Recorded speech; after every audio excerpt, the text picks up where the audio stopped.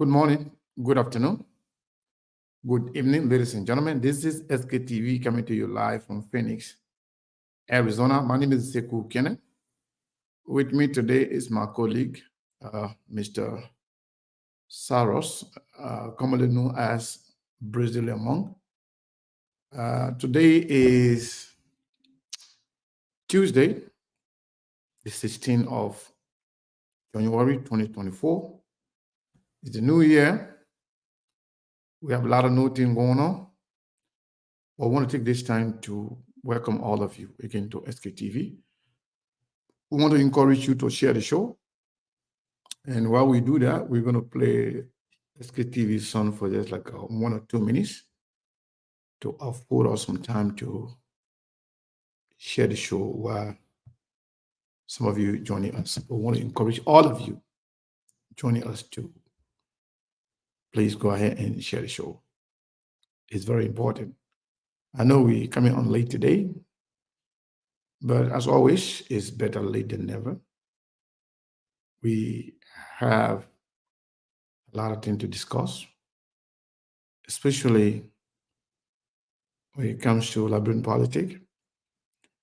Of late, a lot has happened, and we are here to discuss them, especially what happened yesterday, what we witnessed yesterday with regards to the elections in the House of Representatives and the House of the Senate, the leadership, and how it happened and what it means for our politics moving forward.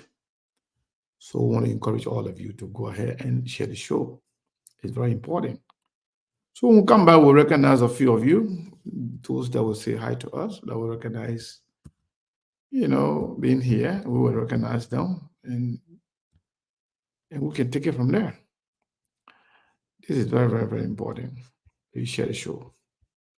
There are things we can do. We bring in good news and we give it to you. We touch it for podcast and connecting people and culture from here and up out of the globe. Qualified people who waiting to sell. Blessing our time and our efforts are rest. The brothers giving us care and the parents from there. So welcome my life with African. I lyrical Master. Clay Paris, who make you again SKTV menu. Say my journey, Tina get as a man, and he's a no money, and Muaye, and he love our Muaye, SKTV the best in Liberia.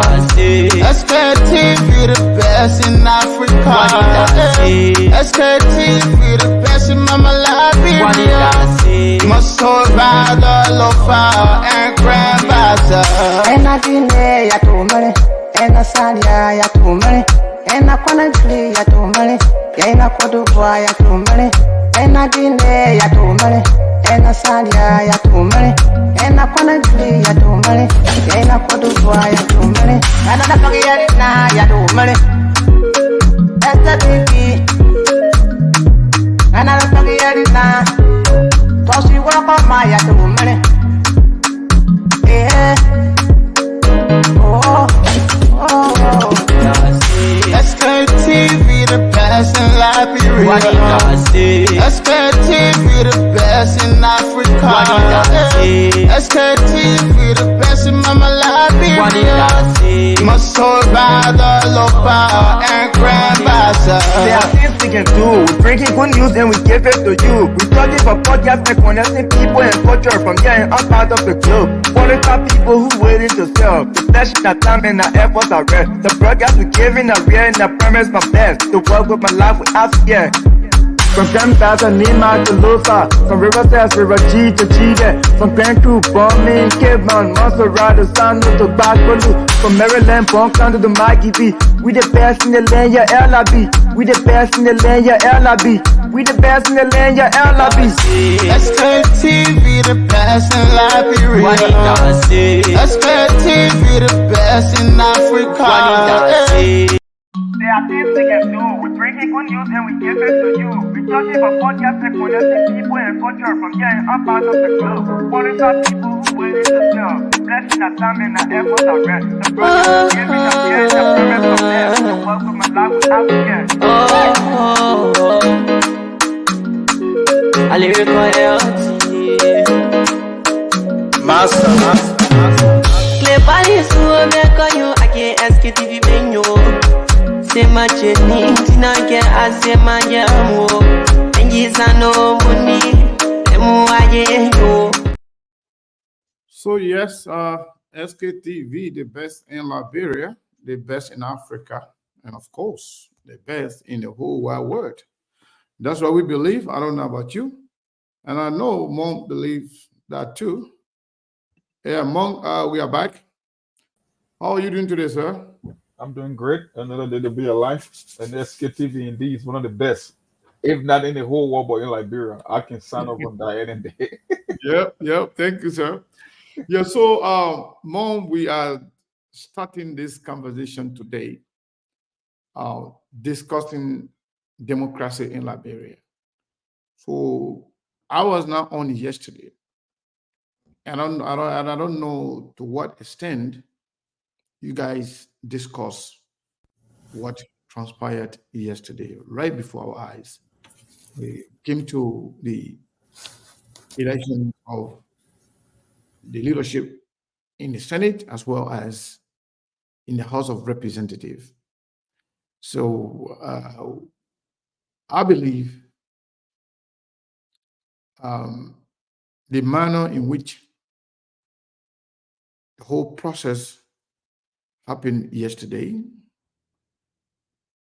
is on a good note in terms of openness and transparency, or the manner in which they did it in the open where cameras are, there.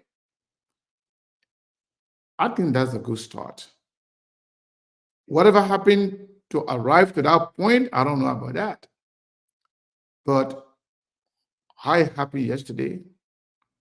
I think that's commendable. I mean, what do you think? Well, you getting me? Yes, sir. I'm getting you Yeah, we now. had a lengthy discussion yesterday about the process. We look at the individuals that were assigned to the various committee in the both houses. We talk about the draconian play that is being put into motion to wrestle the speakership from Fonante Kofa. We're going to see how that plays out. And we discussed a lot yesterday, and we promised to go in depth further into today's shows. And that's exactly what you just said. We're going to dig and talk about it, the entire democratic process of Liberia, the politicians, the people that make those choices, and the way how they see the democratic process in Liberia, and in relationship to if they are going to be the victims or they're going to be the beneficiary of the people, because we saw some names and some screen faces that just don't bode well for Liberia. The leg of Edith Talor. I'm not a fan of Fonante Kofa either. But that's when you talk about something about balance of power, you gotta share power at a certain point to keep the executive branch in check, because you don't want to get the executive branch a blank check and unlimited power. So we see how it goes. And for now, we'll keep observing and hoping for the best, but we will see how the new administration get off the rails.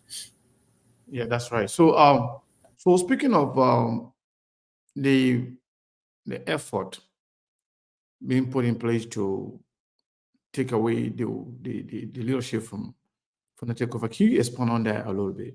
What happened? What did do? What are we hearing? Well, for me, we still got more to hear. Now it's not an accusation, it's almost like becoming a reality, because it was a strategy, and Unity Party people never even disputed the fact that they had plans in place to wrestle the speakership for Fonante Kofa. And the point I made on the show yesterday, like, CDC always does better when they are in the opposition as compared to be a ruling party. They have proven that. Maybe there will be a wake-up call, because from what I'm looking at, apparently the president-elect is not 100% satisfied, or he's a little bit jittery over the way in which the house is structured in terms of numbers. Maybe he might not get some things to go through, because now CDC are in majority. Previously in 2017, Unity Party had more lawmakers than any other party. Now it's the complete opposite. CDC now is in control, and maybe they think there could be a retribution that if CDC get lost an election, so that law face is not there. They want something back, and they will want to prove a point to the Liberian people that they are deserving of power, even in the not too distant future. And Fortunately for them, they control the people's house. So maybe there will be some internal rivalry there and there will be some scrimmages, but I know there will be prices to pay because I told Moses and Melbourne yesterday, I said, the guy who was very instrumental in helping to secure the presidency of Joseph Boakai, his alliance is in the Senate, but now CDC control the House, and almost every bill originates from the House. You know, people don't understand that the Senate legislature. You want to believe that the senators they got more power, yeah, because in the upper house, but in terms of bringing your bills to the floor, in terms of setting the agenda, they all come from the lower house because that's the people house. They represent every congressional district, and people look forward to the House of Representatives. So they might look like they are equal, but in terms of operation, the lower house got more to say as compared to the upper house. So we see how it goes. Yeah, for the most part, the Senate is more effective when it comes to confirmation and other like a ratifying bill. That's the most they would do. Confirmation and ratifying bill. That's the biggest assignment. Yeah, but when it comes to actually the work of the legislature, the House of Representatives they do more than the Senate. But again, speaking of the leadership structure, I think some form of balance of power, in as much as I don't trust any of them, I think that's a good thing to have opposite party leading, the three branches, the two branches of government mostly, the executive and the legislature. However, I think what you just said is exactly what happened. Back in 2018, when George Weah took over, we had more Unity Party in the House of Representatives than any other party. But yet, because of greed, they allow the CDC to control the leadership with the mindset that they want to work, in collaboration with the executive. We had the opportunity to interview one of them, a couple of them actually, which include the former representative of District Number 7, Nima County, Doma, Representative Doma. He was very clear, and he explained to the Liberian people on SKTV as to why and how they decided to give the leadership to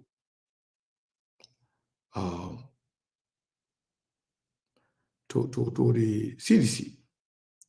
So that was because they said they didn't want the executive to blame the House of Representatives for being like a blockade for them.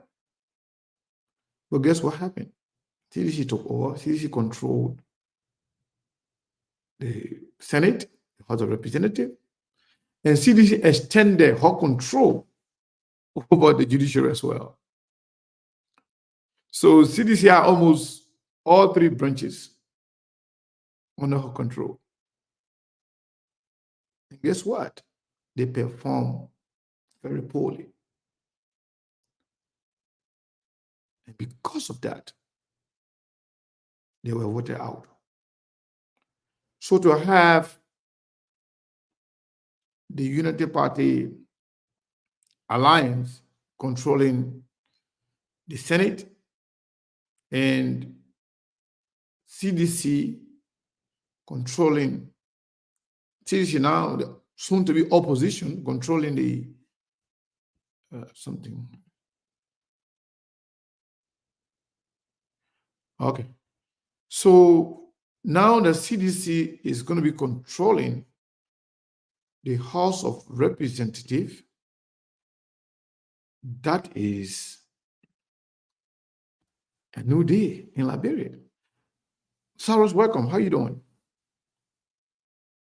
Yes, I'm good, Chief. Thank God for life, and Let me say good evening to all our SKTV followers and family around the world, and to all of the people listening to us.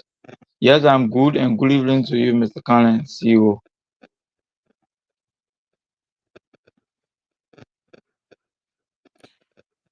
So hold on, I'm reading something here. I was not actually focusing on the, uh, on the comments, but I'm saying like Ruth says somebody went into her inbox and insulted her. So she's one of my men. So Ruth, please kindly send me a message, inbox me with the name of the person. If that person is one of our guys, then definitely we'll take action. Hopefully, it's now one of the people working with SKTV. But should that be the case, you can rest assured that we will take action. So yes, we we are looking at. I think it's Granny. Let me meet you. Well, if you're not talking, then I will or meet you when you're talking. Yeah. Yeah, so it's Granny. So yes, we are discussing the Liberian politics. We are discussing democracy in Liberia. Democracy in Liberia is been tested, and we are seeing the results. The results are okay, but let's see how it's going to work. Having CDC leading the House, why the Unity Party Alliance, and this thing also strengthens something. So the Unity Party Alliance, is it going to be just the Unity Party now, or other parties who actually work with them, whether they're going to officially obtain the membership to be Unity Party members, or are they going to officially form some form of collaboration that will officially incorporate other political party that they call the alliance.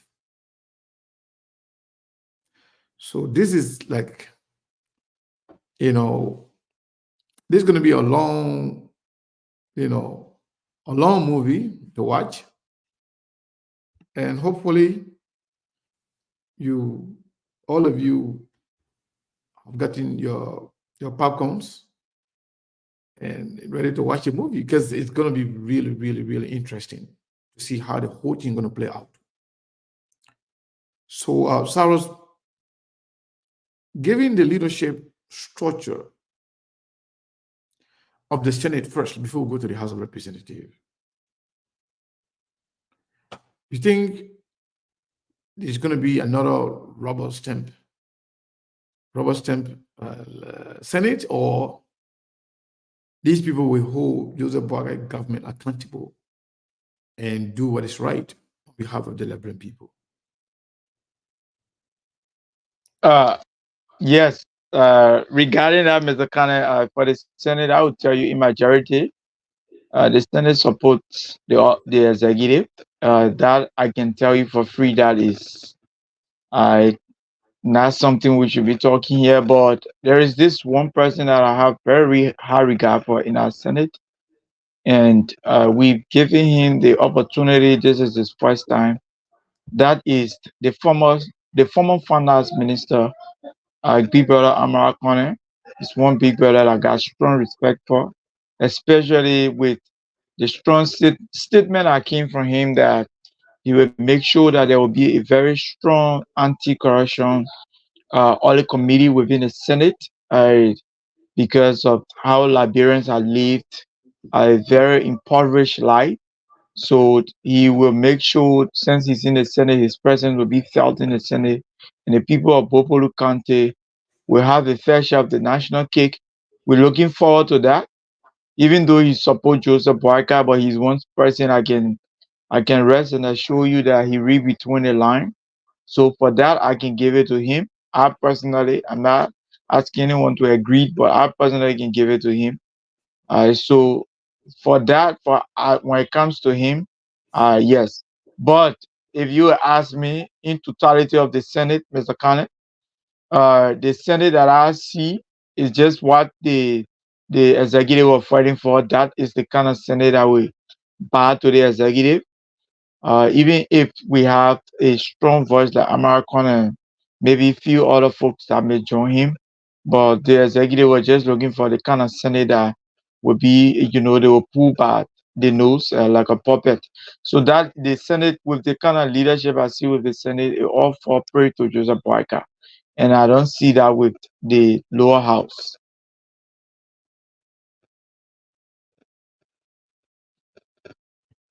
I'm sorry. So I'm not sure if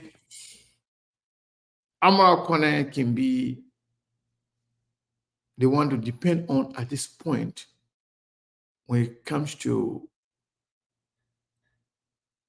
being critical or being ready to erect checkpoints when Joseph Boakar's government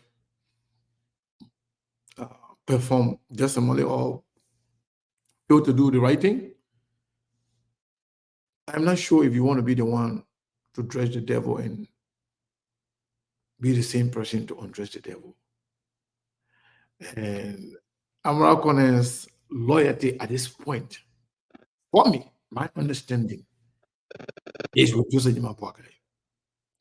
And Amara Kone promised that Joseph Boakar government will be successful. And in Liberia, success is measured by what you get.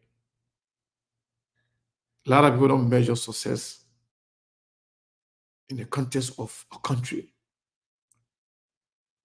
So if Amara Kone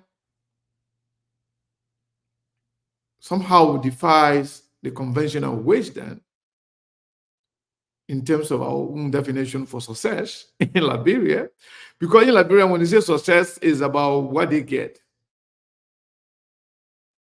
So it's not about the country. So if Amara Kone's behavior somehow, his actions somehow defies, the conventional wisdom, then of course he can be a better senator.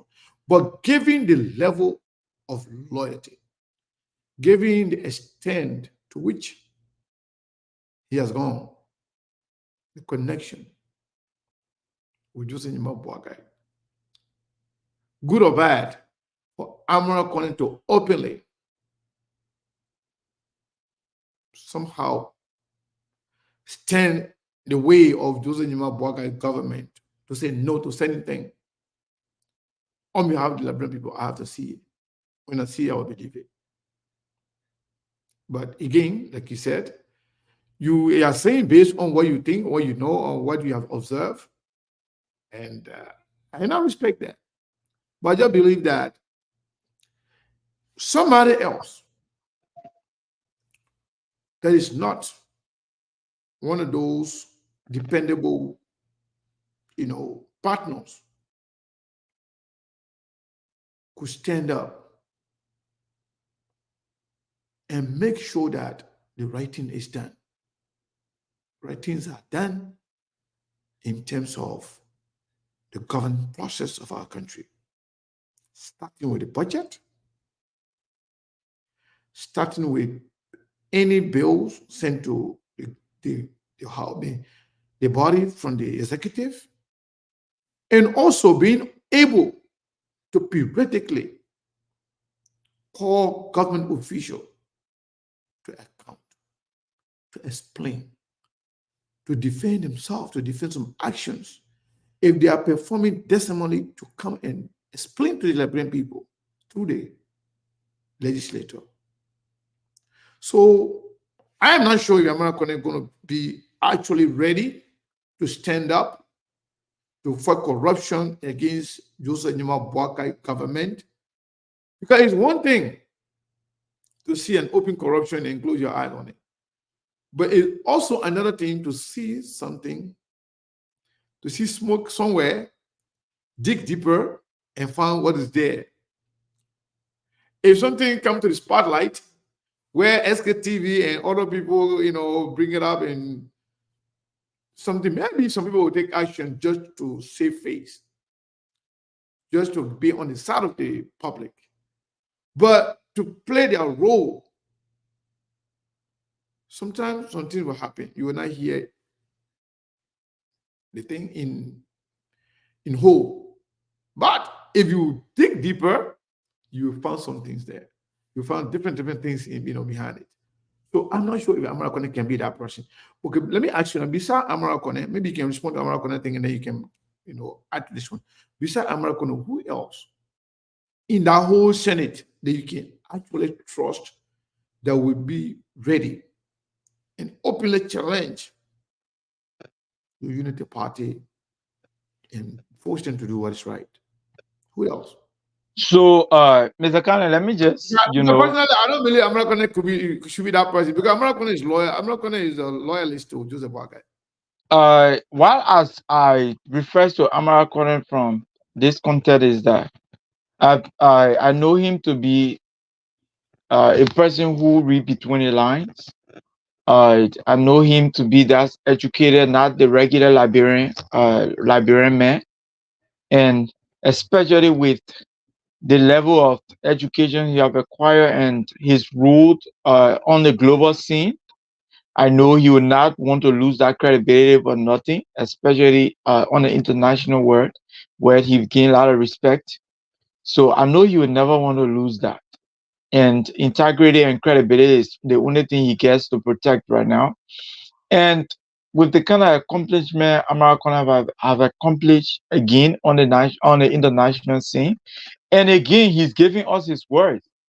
He said he going to make sure that he will build a very strong anti-corruption.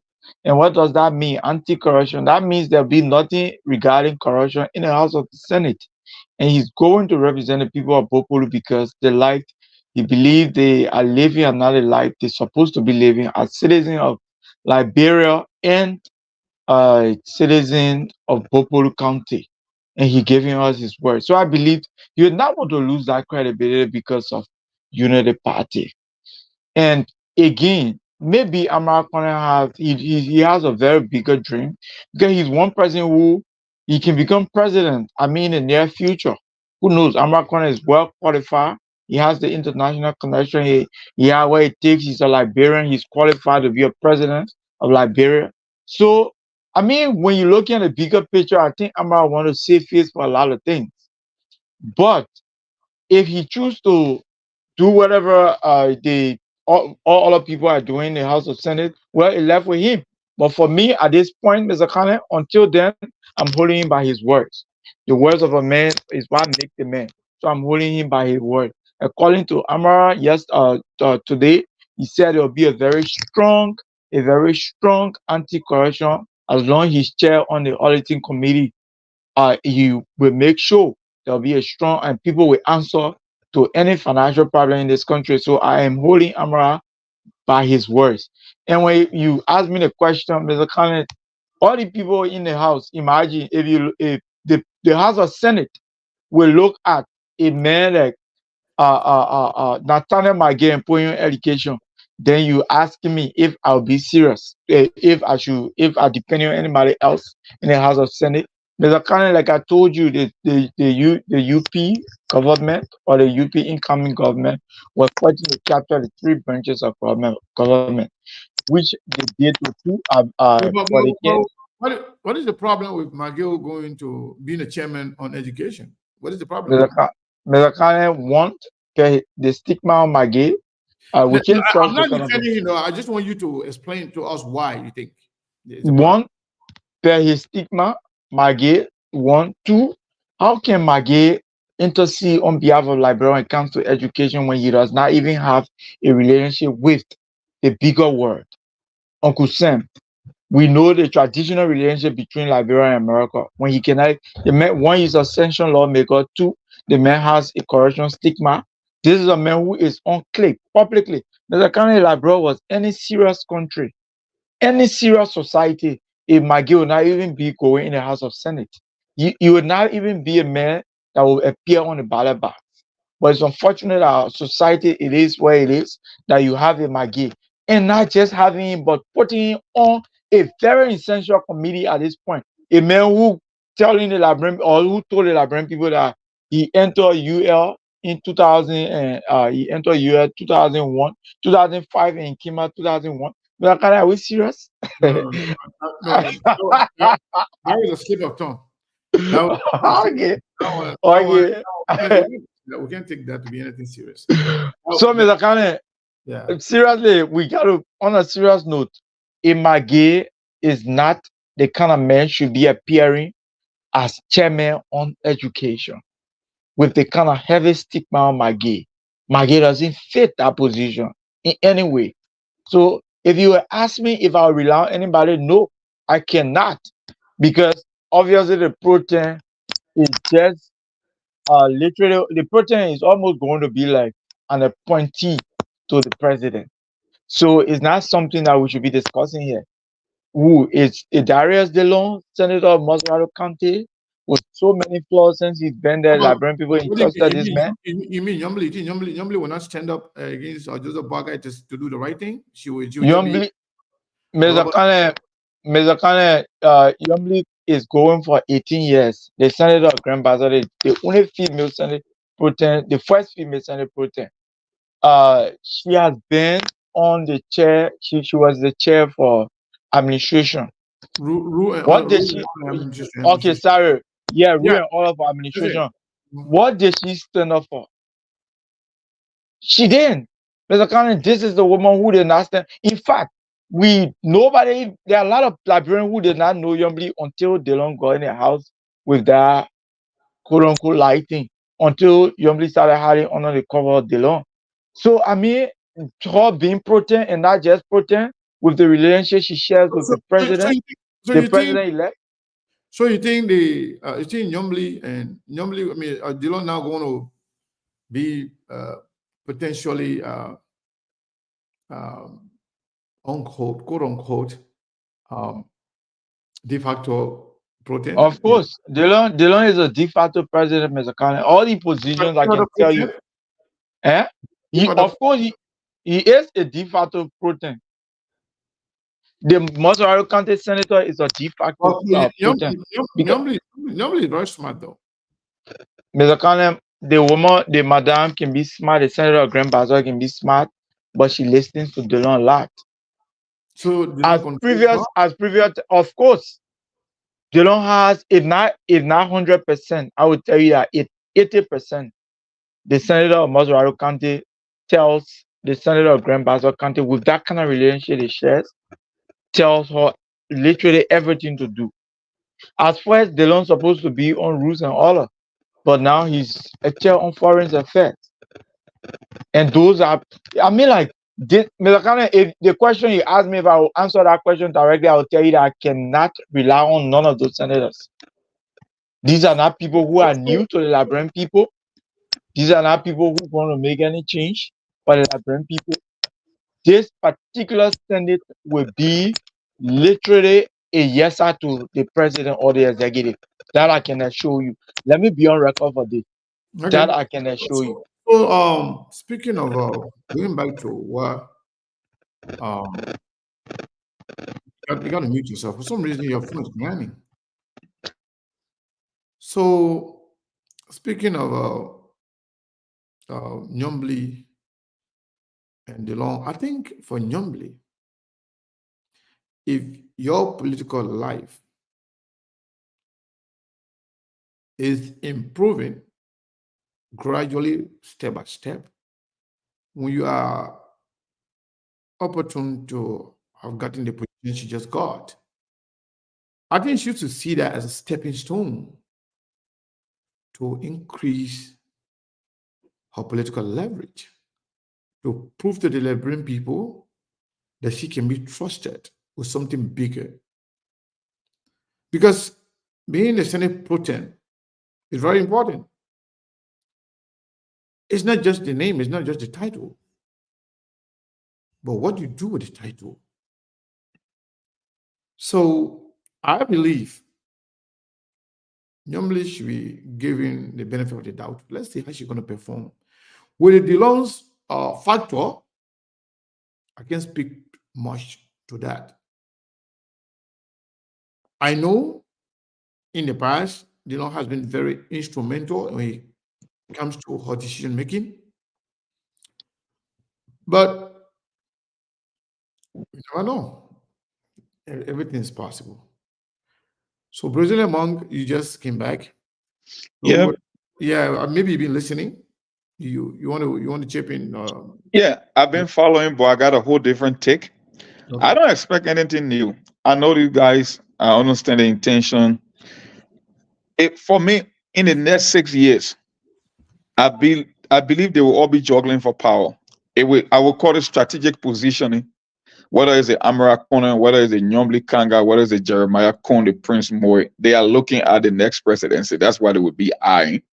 And most of the transaction that will end up happening within the Senate, most importantly, it will all be about people putting themselves in the position to be the favorable candidate for 2029. That's what I think will happen over the next 6 years. I don't expect anything major to happen in terms of transformation or some fundamental change in making the life of an ordinary Liberian better. They will all be juggling for power, and that's exactly what will be happening, because at this stage, they will be looking beyond Joseph Boakai. They will be looking for a ticket that they think might be popular to secure another presidency. I don't know, maybe it might come from the opposing side. I don't know whether it will be another dark horse in the race in 2029. But for those lawmakers, that's what will be happening over the next 6 years. It will be all juggling for power, and who will be perfectly suited to steal the thunder from the rest. Whether it's the Prince Moy, some people talking about Nyombli Kanga and the Jeremiah Cohn, some people talking about Jeremiah Cohn and the Prince Moy. So that's all it's going to be about. The average voter, you ain't going to get nothing out of them anyway. The history is there to prove you. It's not like new leadership. It's the same old people. They just come with different titles on different committees, but nothing is going to change. They will all be juggling for power 6 years from now. That's what I believe will happen. So that was my initial statement when I said that normally I want to somehow do what is right if she's thinking looking ahead for a bigger thing, like maybe for future vice president, for future president. So I think based on that, don't you think she will show some muscle, show some strength, and and making sure that that she is somehow looked at or considered as someone who is there standing up for the Liberian people?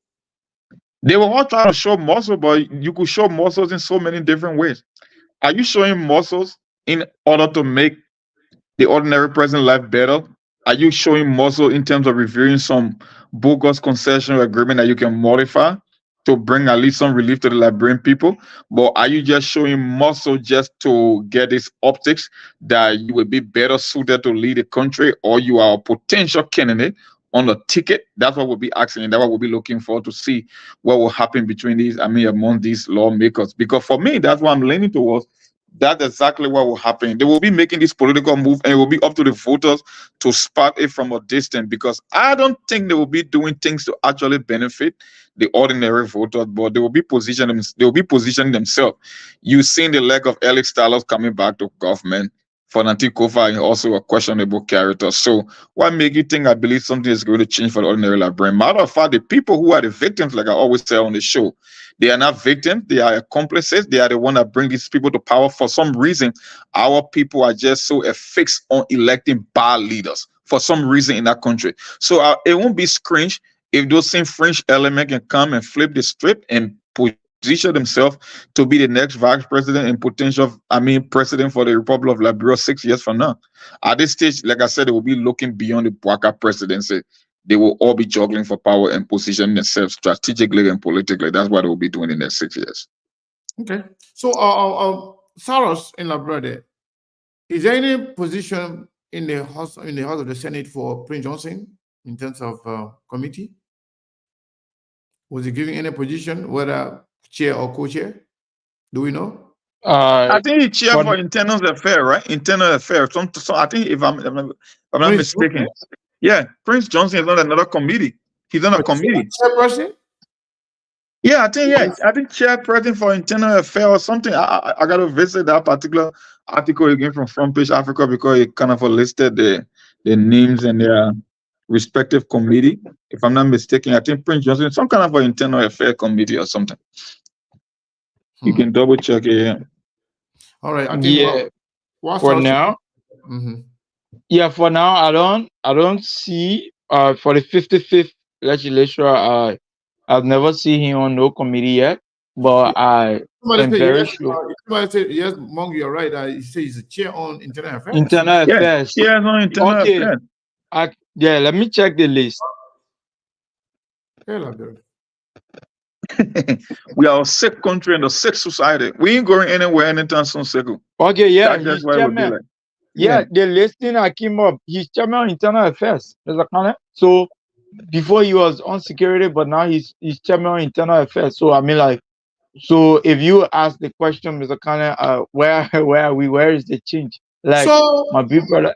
So what Prince Johnson what positive thing Prince Johnson gonna do when it comes to chairing the committee on internal affairs?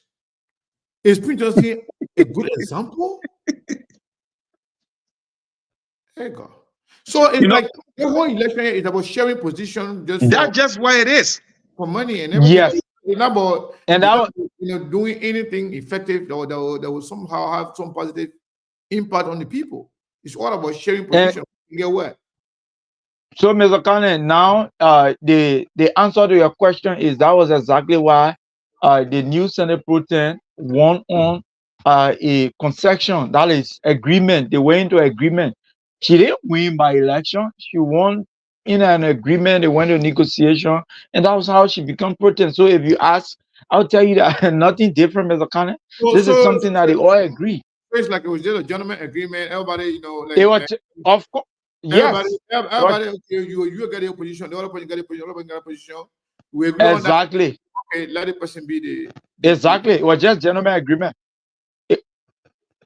Of course, yes, Mr. Kane was gentleman agreement. She didn't win on like she going into an election with anybody. She won a web ballot. The other position. So were they elected or it was the same thing? Same thing happened. Mr. Kane, it was just a game. Nominate. It was just something that already it was something that like it was pre-considered. That's something that they planned already. So it just came to the public, in nomination and all that. But Mr. Kane, these people are playing the Liberian people. And the Liberian people need to open their eyes. But no, they are not playing the Liberian people. That's why we always get it wrong. The Liberian people keep playing themselves.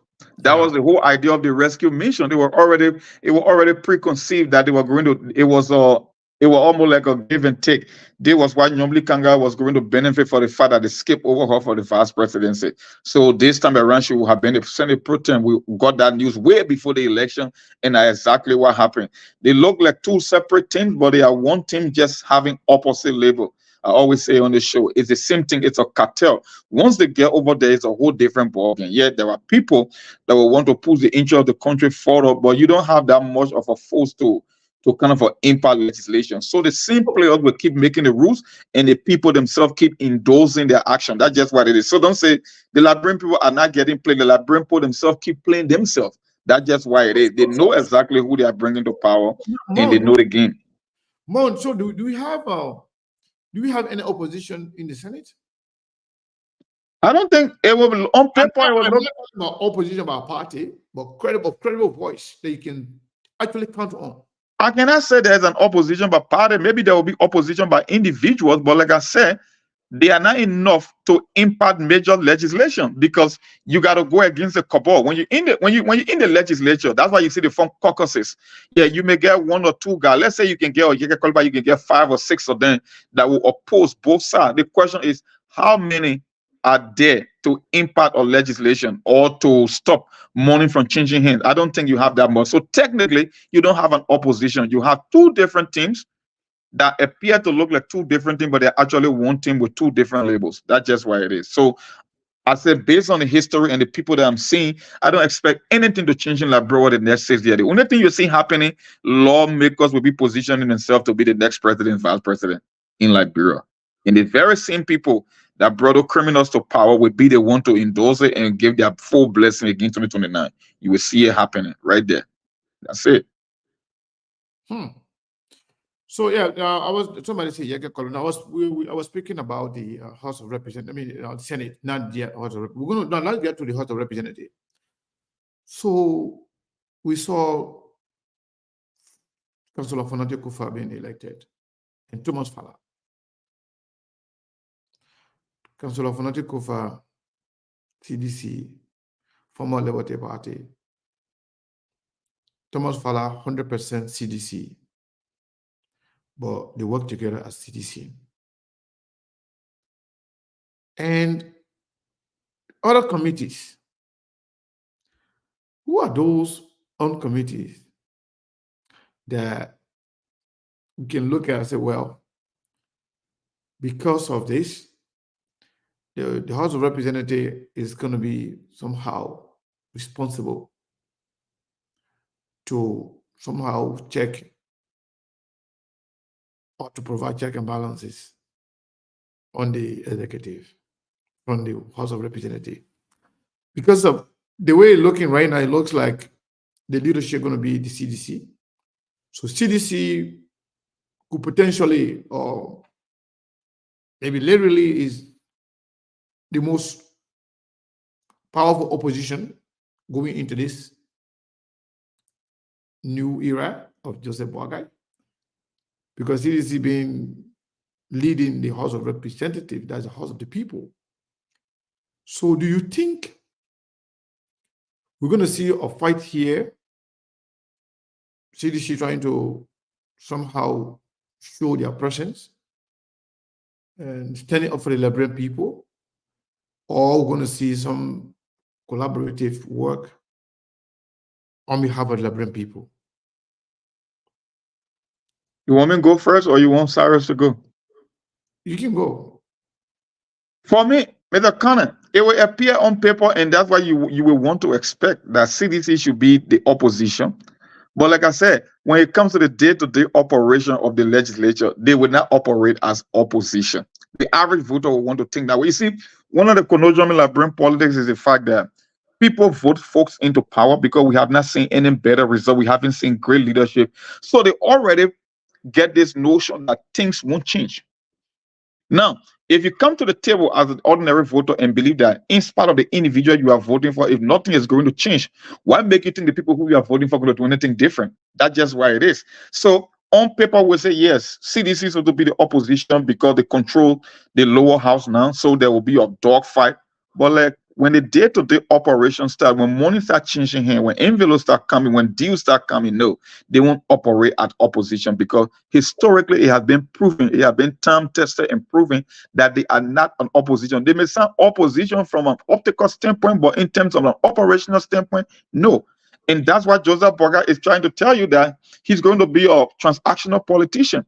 If he will roll the envelope to get his aim and objective accomplished, that's what he would do, because they were the one, like I said, Unity Party was the one that institutionalized corruption in the legislature. And why make it think Joseph Boakai want to change that culture? He will continue doing the same thing to get whatsoever he wants. And there will be few individuals that will oppose. The fact is, when you don't have the caucus, when you don't have the numbers enough to oppose any bill or any concession coming from the opposing side, there is nothing you can do. You will only be there you will only be in opposition in name only, but not in terms of legislation. You won't be able to impact or move anything forward. So that's my expectation. Okay. Sorry, you want to go ahead?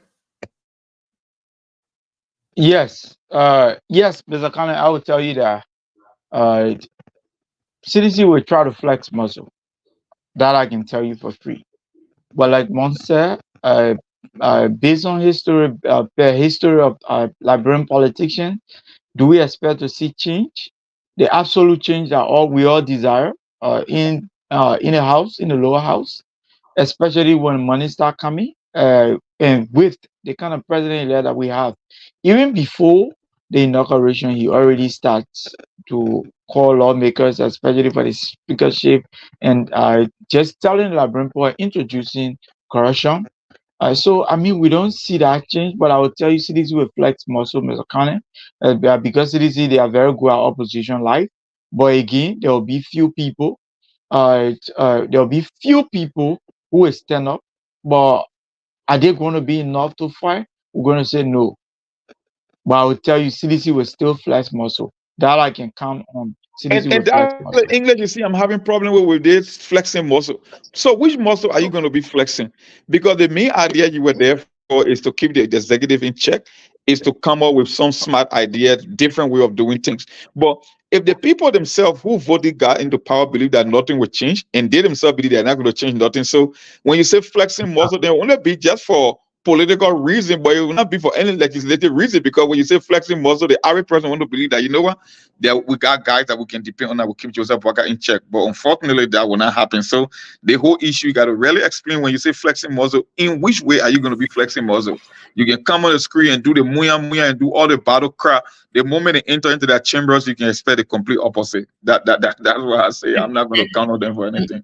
And to add to that, the whole idea of opposition or CDC being in the opposition, whether they will flex muscle or they will do something right. Nothing I personally expect, nothing positive that will benefit Liberia people that I expect from these guys. And the whole idea that CDC is very good in opposition, I want you to disabuse yourself with that mindset. CDC before 2017 is not the same CDC today. And also, CDC before testing power, before they test what power is like, it was a different CDC. The CDC we have right now is going to be a fragmented CDC. It's going to be a divided CDC. And it's going to be seditionists too, who will continue to be seditious, but it's going to be more political than practical. So everything they're going to be doing, like Mo said, it's going to be gearing towards what's in it for me in the next election. What impact we are going to have in the next election. So saying that CDC, the nations are good in opposition, CDC is not like the CDC anymore. If CDC was the CDC that we knew, CDC would have lost this election. CDC would have maintained power. CDC is fragmented, CDC is divided, and CDC, they have also proven themselves. You know, you can be strong, you can be powerful, you can be effective when people don't know your level. The Liberian people already know that CDC, they got nothing to offer. Because before they came to power, people thought, oh, CDC would come and change things. Ellen is this, Ellen is that. But now CDC, you can be, like Mom regularly put it, you had the opportunity. You can be good as opposition in criticism, but when you had the opportunity to do it right, did you do it? If not, so how are you going to criticize? Based on what? Mo, you want to say something? And there's a repeat you are going to get with this incoming administration. Sekou, how do you expect the people who caused the shock to usher in change when the voters who vote them are not interested in change? Because look, Sekou, the only reason a politician goes into office so that he can listen to the people and implement the will of the people. If the people themselves are giving you mixed signal, how do you try to help their causes or their cause? It makes no sense. The reason we got CDC, because the Liberian people felt that Unity Party, after 12 years, it was no need for you to progress or make any forward movement with Unity Party. That CDC was going to be a perfect replacement for Unity Party. They took that risk. It was a social experiment that was expected to fail, but still people took that risk anyway. Now, after 6 years, they can make the case that that calculation was 100% dead wrong. Now, how do you right the wrong?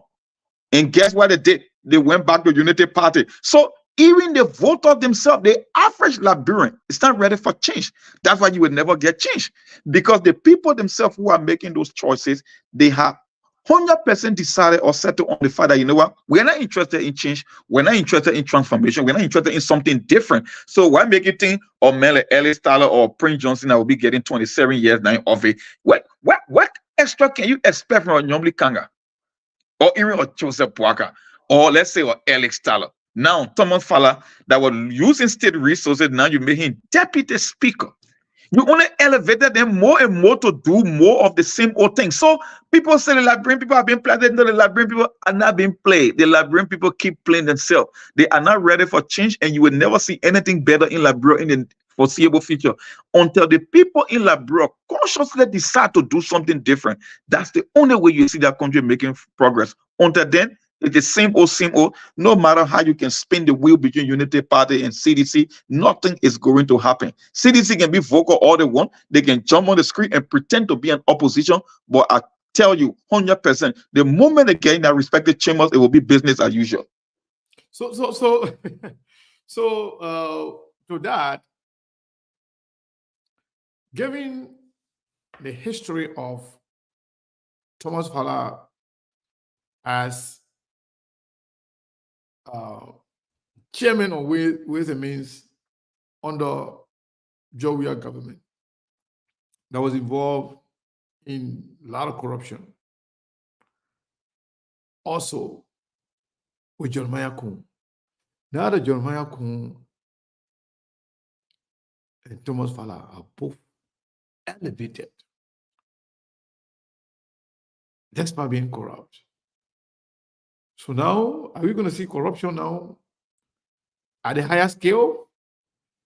Or they're going to say, you know what, we were corrupt before, but now we got to stop it. Nobody should be corrupt. Go ahead, Cyrus. Yeah. So, Mr. Kane, I mean, like, this is not a question. The question answer itself. There's absolutely nothing we're going to see at this point from these people.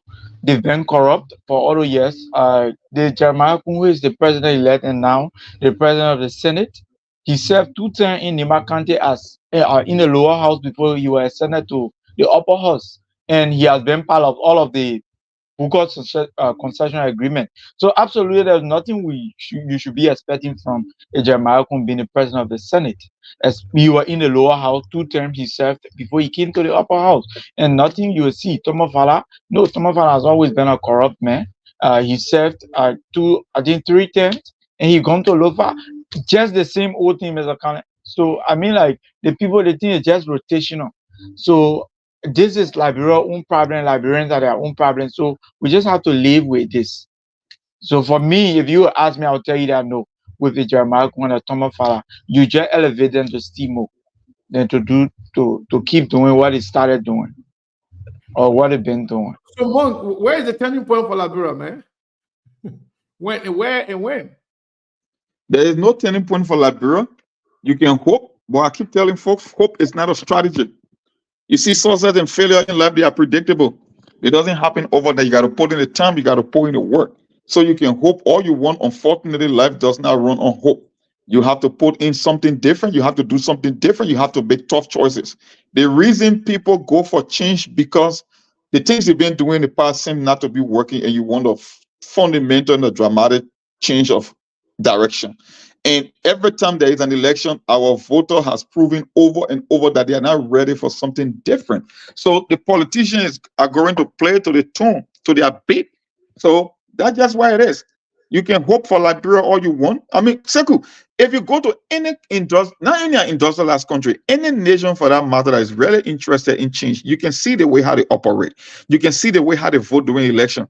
Can you make the case for Liberia? Let's just say over the past 4 election cycles. Forget about the president. Say, go to people at the lower from the legislature. Look at how we make decisions. You call a man corruption King Kong, you brought him back to power. Yeah. A questionable man of fanatic Kofa, you voted for him. So why you keep telling the people, oh man, you brought him to the legislature, a criminal from the port. Look, the country is not ready. I don't know whether it's cursed because I was told that anything you cannot comprehend physically, it got to be something spiritual. I don't know whether it's a curse, but it just does not make sense. If you try to think about it, if you try to wrap your head around it, you will just develop migraine headache because it just don't make sense. Everything that can happen in Liberia can only happen in Liberia. It cannot happen nowhere on the planet. That's why we are among the least on the planet, because our people themselves is almost like they do things like if to say something wrong with them. That's just why it is, and nothing going to change anytime soon. We'll just live with the consequences of being Liberians at the moment. Yeah. So it's almost like we have no end in sight when it comes to the whole corrupt people and corruption in Liberia. There's like no end in sight. We can't actually hope for anything because everything we are looking at, everything is just bad. So like now, Joseph Boakai nephew saying that he's going to be a millionaire in 3 months, even before the election. Now you got corruption King Kong there. Now the one in the Senate. Every $30,000 that was received, all they put in the Senate, then they receive it, including the loan. So almost everybody from the bottom to the top is somehow corrupt and can be trusted somehow. So if you look at the Senate, there might be few people that are not, they don't have the labor. But again, given the Liberia that we know, the very Amara corner that others consider as one of the best, some people, they don't even call him his real name. They call him Budget Shortfall. And not many people in Liberia don't really understand what a budget shortfall is. But speaking of negative stigma, everybody in Liberia got some kind of negative stigma, especially these people that are going to be leading us for the next 6 years and beyond. So now my question now to you, Monk, if everything is bad, everybody is corrupt, even the ordinary people themselves who are voting are also corrupt. Everybody just corrupt. Now, can an actionable leader come in and change things around? Can Joseph Boakai say, you know what? We have had enough of this. It's going to be a different country. Because every act of corruption in Liberia derives from the executive, because they're the one with the money. They're the one with the money. They're the one can be engaging in the bribery. Even though you can get some people in the House of Representatives and Senate who are corrupt, but they don't control the money. You have to give it to them. Can Joseph Boakai be that president who will come and actually show a different Liberia to us? That indeed you can trust government and government officials again? Is that possible, Monk? That question is the roll of a dice. That question reminds me about the same myth that sedition bought into, that we are was going to be better because they're only counting on the leader. But when you have the system that is rotten to the core, sometimes even if you get a better leader, he can end up compromising in the system like that. Because at the end of the day, you know how our system works. Things go through the legislature. The president can use executive order.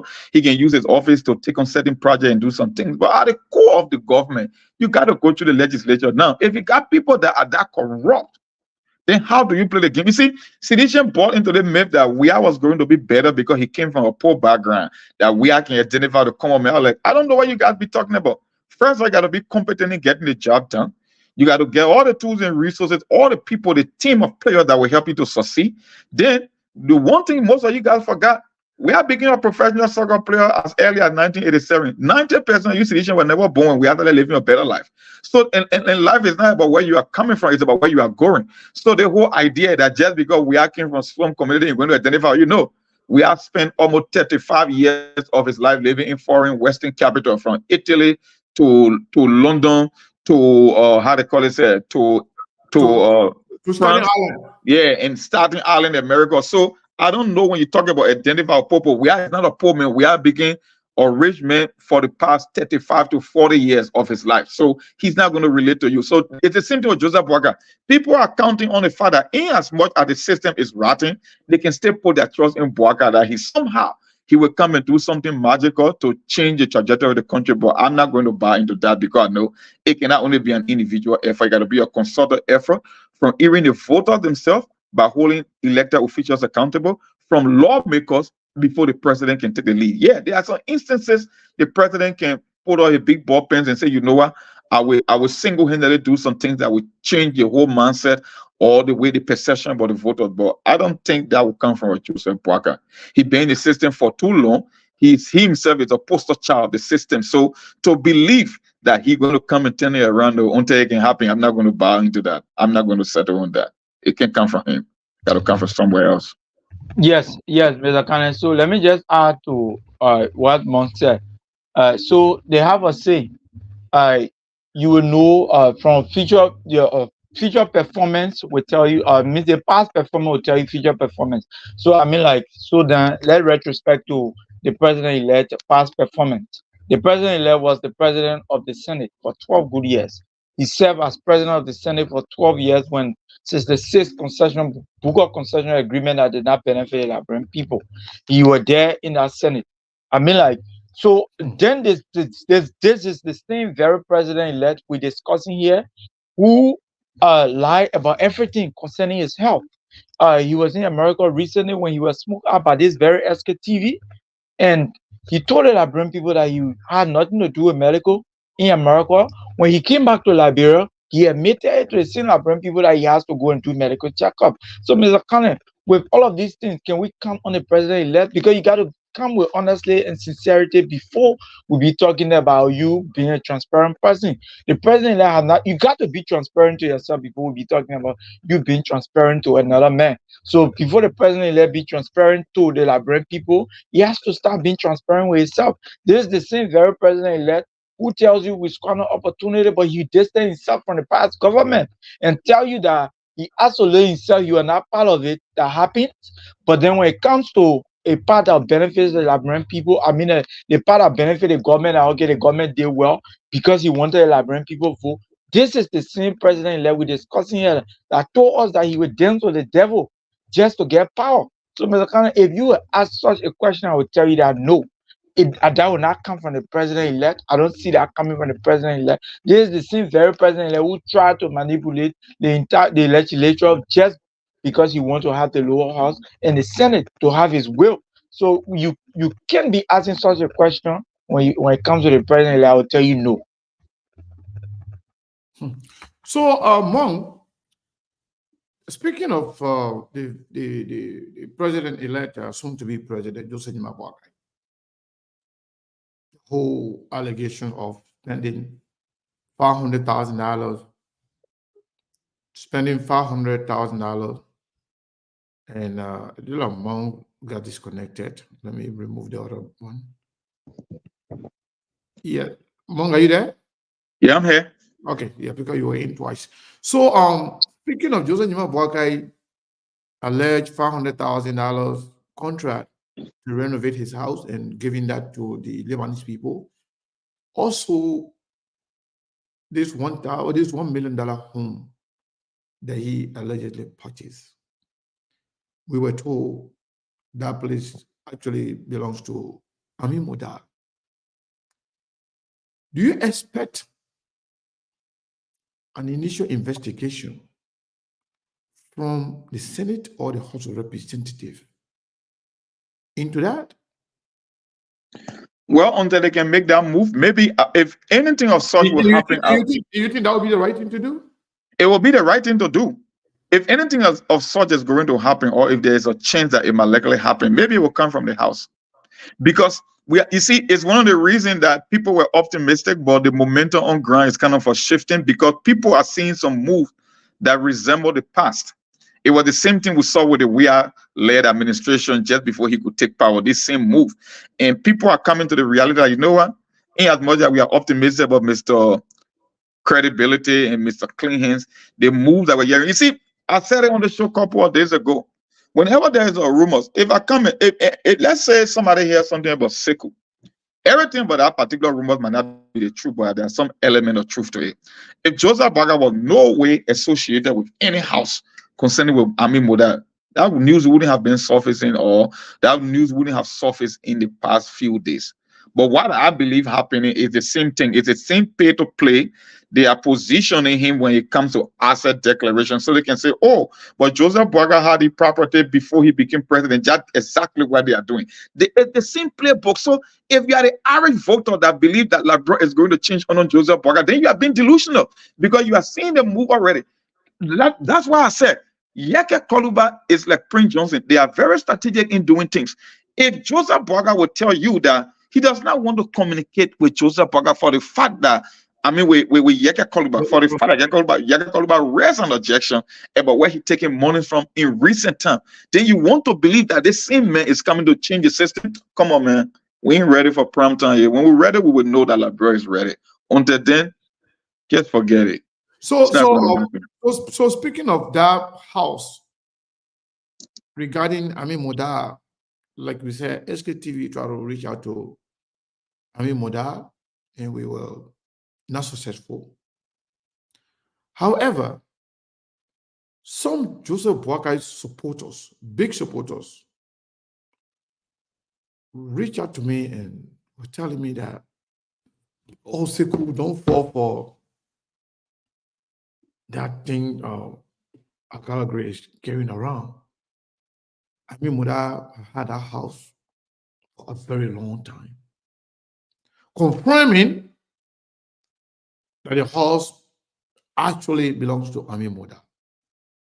And if Joseph Boakai eventually moved into that house that is allegedly being bought by him from Amin Moda, who is poised to be Commerce Minister of all ministry. Yeah. So how do we reconcile that, Saros? If at all those information are right, I mean, then how do we reconcile that? I mean, it's not that same thing we call pay to play, Quid pro quo. That's it. Conflict of interest in the rest of the description. Mr. Kane, it just like Mo always say, the Liberian people play themselves. So I mean, like, this is something that the people play, and because the Liberian people have decided to live in their own ignorance, live in their own shadow, they will continue to be used, but the very people they continue to elect. So it's just like a fun, as something that we're playing. If you would tell me that Ambassador Boyka or the president-elect is buying a house from the son or perspective, or a man who is named or will be a commerce minister, Mr. Kane, is laughable, completely laughable. So Liberian people has brought this upon themselves. And this man too is the former chairman of the ruling establishment. Yes. Yeah, that's just the icing on the cake. And I don't want to sound like a conspiracy theorist yet, but we already got it. You see, when we have made a promise that Liberia are not going to be spectator in their own sport. I mean, but that I don't know his background. Maybe he grew up in Liberia, whether he was born there or not. But he got a Lebanese connection as well. These are people that control our economy. Now, if you're going to make it the commerce minister, I mean, I'm just raising some issue here. I don't want to be the one to sound like some bigot, or I'm trying to go against Muda. But that's just the reality. Some things you just cannot deny them. And if Joseph Boakai is seen anywhere in terms of acquiring this property, then he gets 100% confirmation that it was another fraud. So how can you make the case? It's the same old thing, but there will be people that will come and tell you that, you know what, we all did the same thing, and Joseph Boakai is no exception. Monk and Boakai, Joseph Boakai moved into that house without purchasing it. Is that possible? Yeah. Everybody say, you know what? Yeah. Since I'm the former party chairman, you know, just the president deserves to be in a better house. Oh yeah. I'll offer my house. Let him know we live there temporarily until we can finish renovating his place. Yeah. Mother will do that. And if that happens, we mother still get the appointment, because that would sound like, okay, I mean, he's giving this position to this man because of the deal. So it's like a no-win situation, you know. You think that's what I think. Well, there are so many ways to skin a cat. He could make the case to say, okay, Joseph Boakai has on a renovation, so maybe he's there temporarily. That's one way to do it. Or Joseph Boakai could pay cash, or they could strike some deal in exchange for the ministerial position, like the commerce ministry, and then he can pay himself over time. There are so many ways they can do it. The same way you see people launder money, it's the same thing you can do in government. Maybe Muda can take upward 30 or 50 grand from the commerce ministry over time, and then the house could pay for itself over a long period of time. So there are so many ways you can play the game, you know. That's just what it is. It's a game. The people. So something that I really wanted to talk to you guys about is just, I've seen some of the friends, some of the post soldiers already started complaining that they might not get what they expect. They are expecting, that they were expecting to get. So, do you think the first group of serious opposition going to come from the Unity Party themselves? For sure, 100%. Because I've seen some postings, some writing, some action from some people who we consider as foot soldiers of the Unity Party. You know, rain or shine, they have been there for the Unity Party. Now they are complaining that they can settle for less. They can take anything little. They want something good. They want something better. So it's just a fight that we soon start seeing. That whole idea is standard operating procedure. When you come to government, you elect a government to power, even the people that were instrumental in electing that government. You can expect to always get what you want. And don't forget, in Liberia, when you look at the composition of our government, there are just few positions that are very, very lucrative and strategic. And not everybody, they are only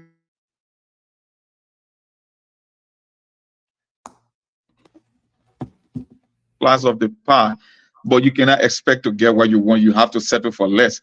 And you said it right. The number one opposition will come from those that will be disenchanted, that won't have the job that they dream of. And that's where the noise will come from. And that's how we get to know more about things that happen behind the scene, because those people that will be dissatisfied, that will be disenfranchised, they will be the one to start voicing up the opinion and some of the inner workings of the government. So that's where the first major opposition will come from. The people that will be left out, that never got what they expected. Because I told you, in most cases, Liberia is like a staffing agency. People make decisions for jobs. The number one reason, even the ones that live in America that claim to be educated and know better, that believe the country is to be in a better state than where it is, they always make decisions for jobs and what they can benefit. So the moment they fall short in that particular category of not getting what they choose or what they believe that they could have gotten, that's where the first opposition will start from. And that's where, and from there, we'll be getting more insider information, because they will just spill the beans out to the rest of the public. Okay, so Sarah in Liberia. So you think all these things coming up, right? You think it will scare them? They will say, you know what? The way these things are happening, let's change course. Let's stop doing some of this corruption right at the door. Let's start doing the right thing right away. You think they're going to change, or they don't care? They say, you know what? Already, get the thing. Let's just take our own fast and move on. Mr. Kane, Yeah. I will tell you, the people are very ruthless. Yes, I will tell you this. The people, they don't care. Mr. Kane, these are the very people who are in opposition when we're talking about good governance and opposition unity, and how people can transition and other recommendations from other opposition blocks. Did they accept it? From the onset of this particular Unity Party government coming to power, they've never accepted something that will be a genuine change. So you don't expect them to accept it at this dying moment where you already have it. Even with the people already claiming victory and having what they want, but it still shows arrogance, and you expect me to tell you that if people will change? No, it's a big no. They're not going to change, Mr. Karen. These are people who, in fact, I've always told you Unity Party has fed on lies, propaganda, and deception. So that's something they're very good at, and that's why they're going to keep feeding the Liberian people with. So that's not something we should be. Maybe they will want to upgrade to another standard, but they're not going to change. If you ask me, I'll tell you honestly that they're not going to change. And there's no incentive for changing either, because the people that voted for them don't want change. So why would you want to change? You know, the repeat of United Party going to be like Georgia when we told sedition. We said Georgia was a former rich man. Georgia never made that much money from playing soccer, because during his day, soccer was players were being underpaid in relationship to their talent that he had as compared to today. If you put Georgia in the House in the Senate, and he was he underperformed, you didn't stop there, you made him president. Georgia is coming to loot in the quickest time possible, because he sees it as a golden opportunity. It's the same thing what happened to the Joseph Boakai administration. Unity Party were given 12 years. They were off stage. They were removed. And then the same Liberian people that removed Unity Party came and brought them back to power. So what make you think with this second opportunity they will let it to go begging? They would take every advantage of it, and they would be 2 times ruthless than where they were 12 years. I mean, let's say 12 years ago, or prior to Georgia presidency. So I don't expect them to do anything different. They would just come and take advantage of this moment, knowing that it's a one shot, it's a one opportunity to correct their wrongs from the previous 12 years. All right, folks, I'd like to take a few calls, and then we will see what we can do from here. Hello, caller. What is your name and where are you calling from? Salam alaikum, my brother. Walaikum salam wa rahmatullahi ta'ala. How are you? Enjoying your program today. Monk, how you doing? How you doing? I'm doing okay, brother. Doing fine. Mane, how are you, sir? You know, the topic today, I only thing where I disagree with Monk is that we're blaming our people and not understanding that the dilemma they find themselves in. You see, poverty, it can have a profound psychological impact on people. And potentially it can lead to trauma. I'm not even talking about the war. I'm just talking about poverty alone. It can cause a person who was a stand-up guy or stand-up woman to start doing things out of the way. We have to understand the intrinsic effect of poverty. Living in poverty for a long time, you start encountering chronic stress, which leads to mental health issues, limited opportunities in the place, limited opportunity to education and employment. All these things give you a feeling of inadequacy and despair. Yeah, it also has a social stigma. You know very well when you're broke, you start developing feelings of shame and low esteem. True. And then society can start, judging you as well. It also leads to violence and crime. So you see, these guys got to know that our people are suffering from this ill of poverty and the effects of war. And they take advantage of it. They know they can steal and go spread some money in MarkDB and places and be elected. They are taking advantage of our people. So if you want to help our people, we have to address the trauma, the psychological thing that they're into before they will be able to make a sound decision. They can't make good decisions now because of the way their state of mind is not allowing them to make good decisions. They're too poor. They're thinking about how we eat tomorrow. When you start thinking like that, you don't have any good, future thoughts and all that. So what will they decide to do? They will decide to do so the quickest thing that it will fill the immediate need. They're not thinking about 20 years from now, 15 years from now. They may want to, but because of the situation, you know, they have to think otherwise. So until we have to provide opportunities to get our people out of that type of thinking. And if the leadership is not doing it, they will perpetuate this thing. Many people go there and they find out that the people like people to be begging them. They like that when they go in the street, power you get from me, power you get from me. And they keep it the status quo. So if we want to liberate our people, we have to look at this issue, this problem from a different angle. We can't expect them to make good choices. So how can we get them to the place that they will be able to make sound choices? That's our battle. All right? And the other option we have is to wish for a Messiah, a president. And you know the way the whole system works. They would cripple that person before they even get halfway to their goal. We saw this happen. You got to play the game with those guys, or they will make sure you don't go anywhere. So that is what we face with, you know. So your program is beautiful because it exposes the fact, but that's all you can do. I don't think we can expect our people's minds to change until we liberate their minds. And you educating them with a show like this, it will help. So that's all I wanted to call it. Say, keep up the good work. My brother, thank you so much. We appreciate it. Thank you. Sharif, welcome to SK TV. How you doing? You're live. Yes, sir.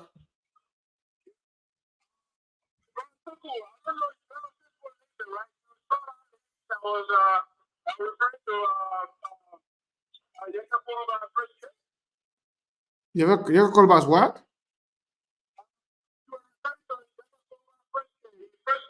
Frisky? No, I haven't listened to that. No, I haven't listened to that. What happened? Mm-hmm.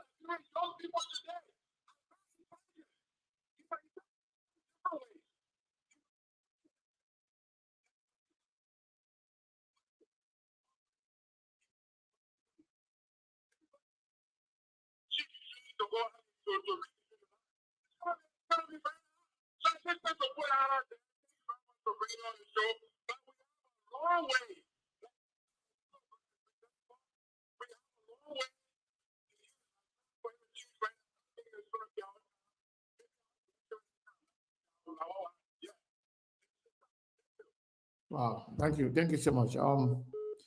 You know, these kinds of discussions, we have them all the time because some people go for, the breaking news. Some people go for, the comedy. For SKTV, we discuss the issue. And I think what we are doing here, people appreciate it. Not everybody will call to tell you how much they appreciate what you do. But there are a lot of people watching. And so many people will also watch later. One thing that I know is that Liberian people, we have a lot of crazy people. We have a lot of people that are impacted by the war. And there are so many people too that know nothing about politics.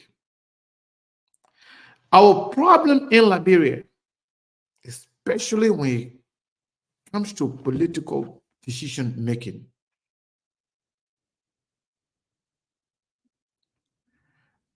not everybody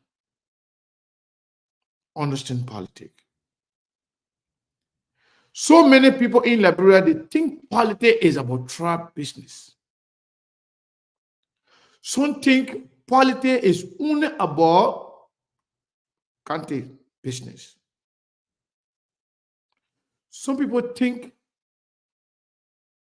having that country solidarity or supporting your tribe person, then you are a politician. Some of these people, like the lady that you guys are talking about right now, look at her and look at her action. You will find out she's either a supporter of Joseph Nima Boakai simply because of her tribe or a country solidarity. Or some of them even believe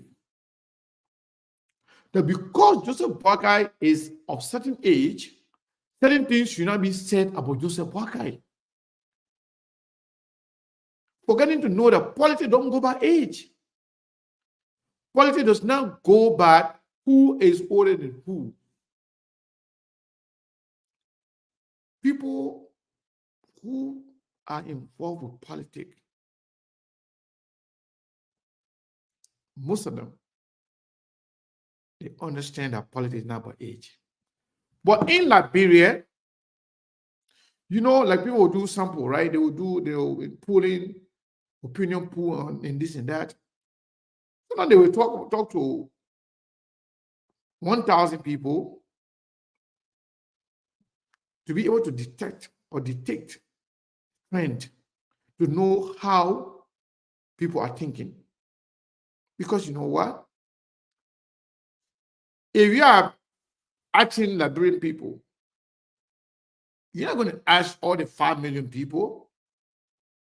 You don't even have to ask 2 million people or even 1 million people. Sometimes a sample from 10,000 people can give people who study data, who do the other thing. 10,000 people can give them an idea as to how 2 million people thinking, 3 million people thinking. But you got to be in politics to understand these things. So, those that we consider as political junkies, people who are involved in politics on a daily basis, if we have a lot of intelligent people, we have a lot of patriots, we have a lot of people who actually believe in their country and they want to see the country change, then the mindset of the people will change. Because why? If one person in the household who is a political junkie, who follow politics to the letter, if that person comes on SKTV and learns something and believe in it, that person will take that information to the household. That's how politics works.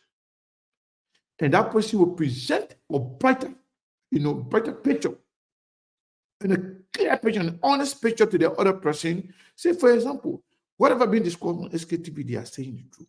The people there, they know what they're talking about. They love Liberia.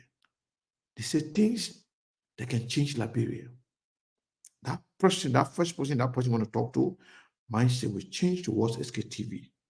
The other person will talk to another person in the household, and then they'll be talking to their friends. They don't even watch SKTV, they don't even care. But whatever information they get here, if that information is presented to them in a positive manner, they will carry that positive mindset about SKTV. I'm just using SKTV as an example. But we are putting this on people who are illiterate, people who are poor. But I believe, look at those guys that live in America here, that went to school, that are educated. They watch politics on a daily basis. They are involved with politics. They know the facts. They know what is right. They know what is wrong.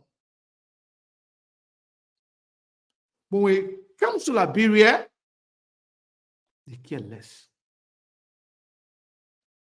And they hear, they work.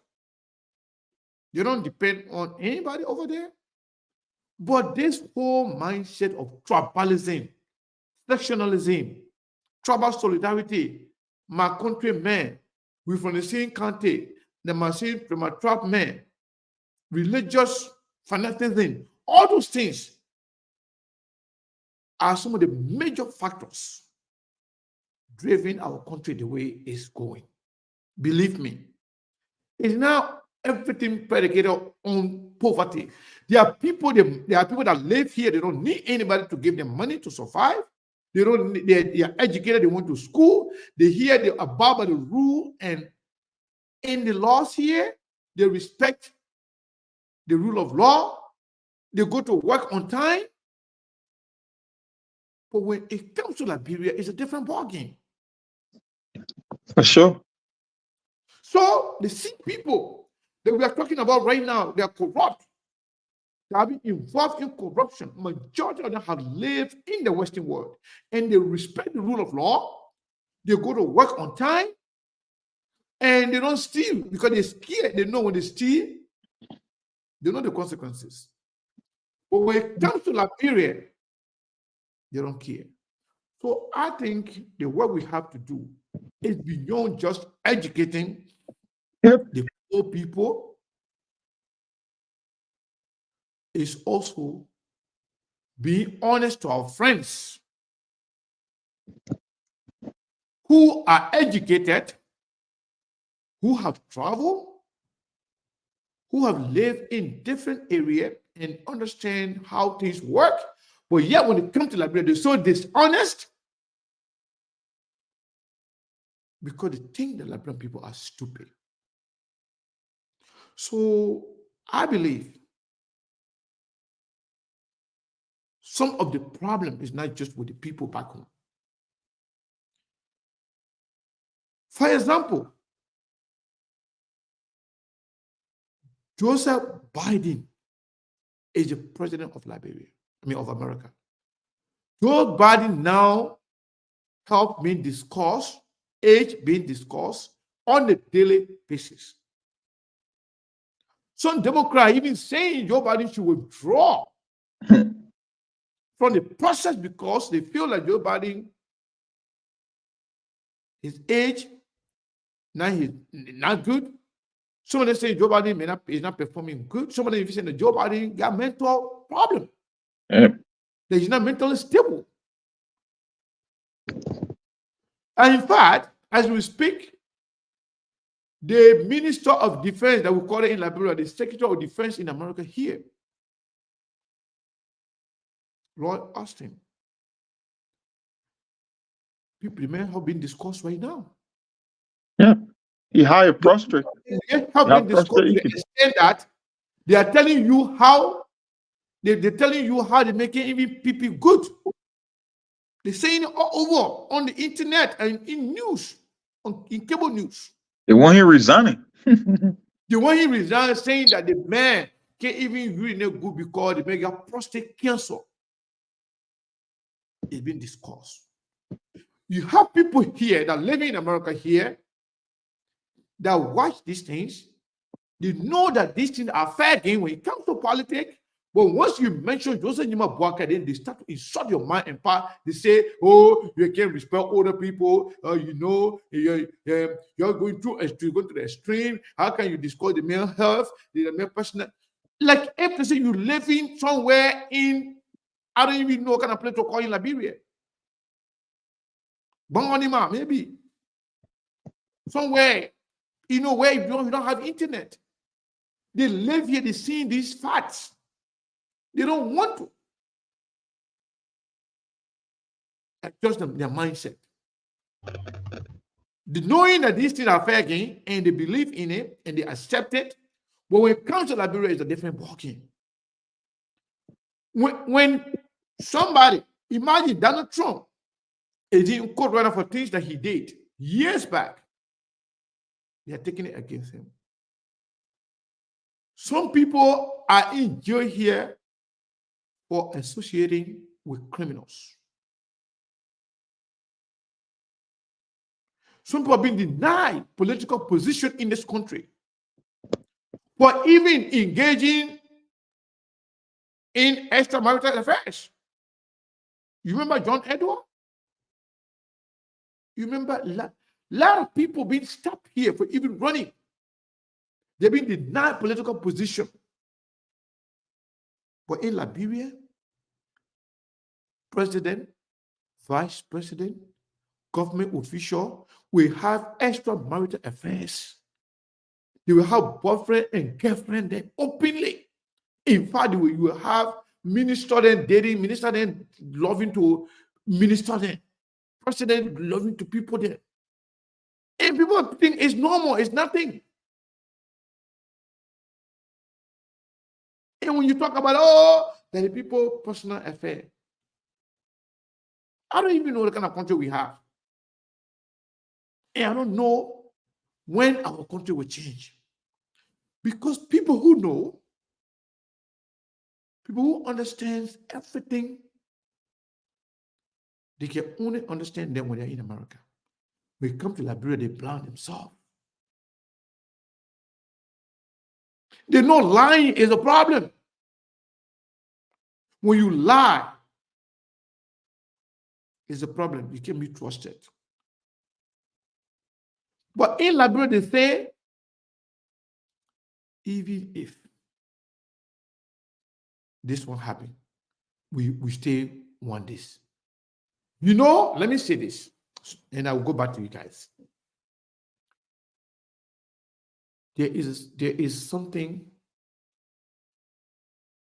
There are some group of people that personally they exist everywhere. They're in America, they're in Liberia, and they are everywhere around the world. You know, Joseph Boakai supporter will tell you, let me start with Chancellor. Say he came out powerful for you. Because of sentiment about other candidates. Joel supporter didn't say, you know, Bo, you don't know Bo will vote for you. Ellen supporter didn't say, you sponsor war, you don't sponsor war, will vote for you.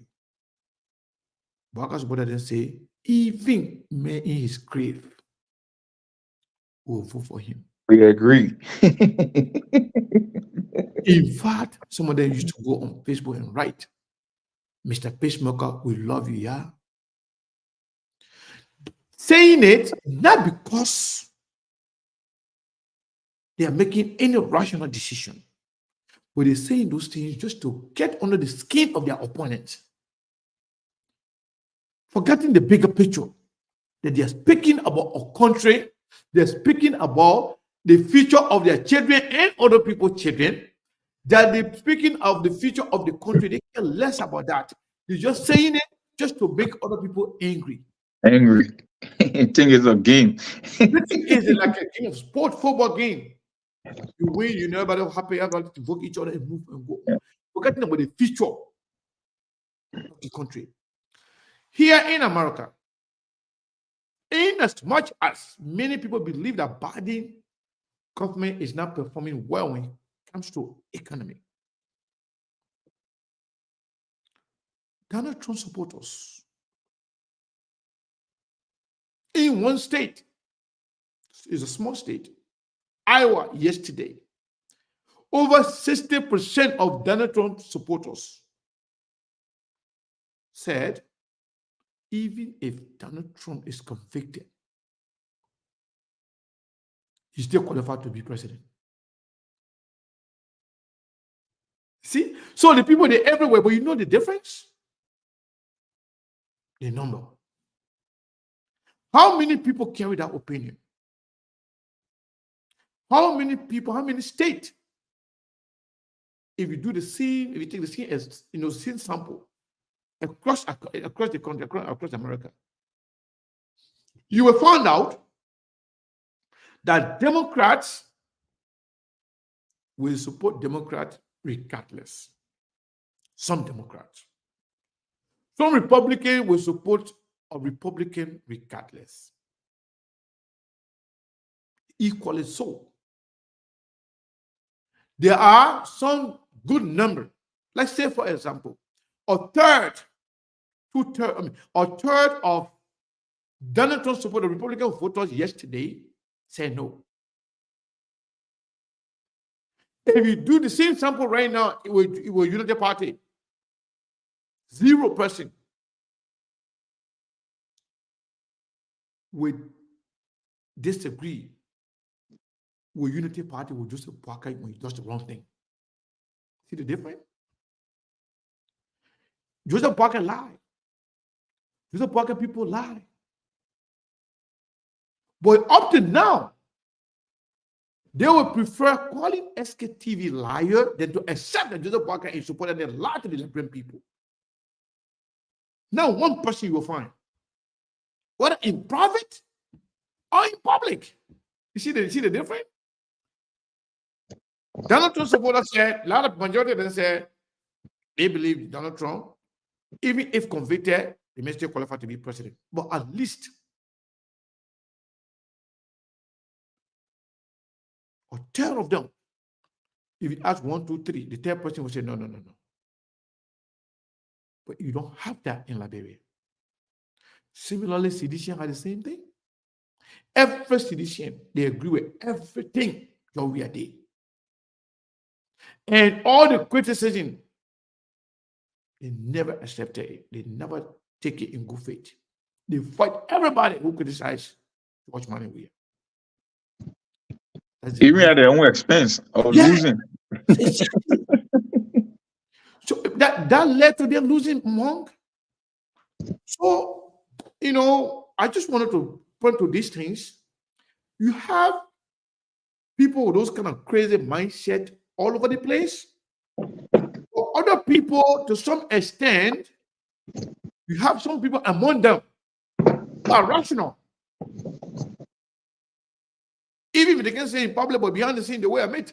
But I am so disappointed in so many supporters of Joseph Nima Boakai.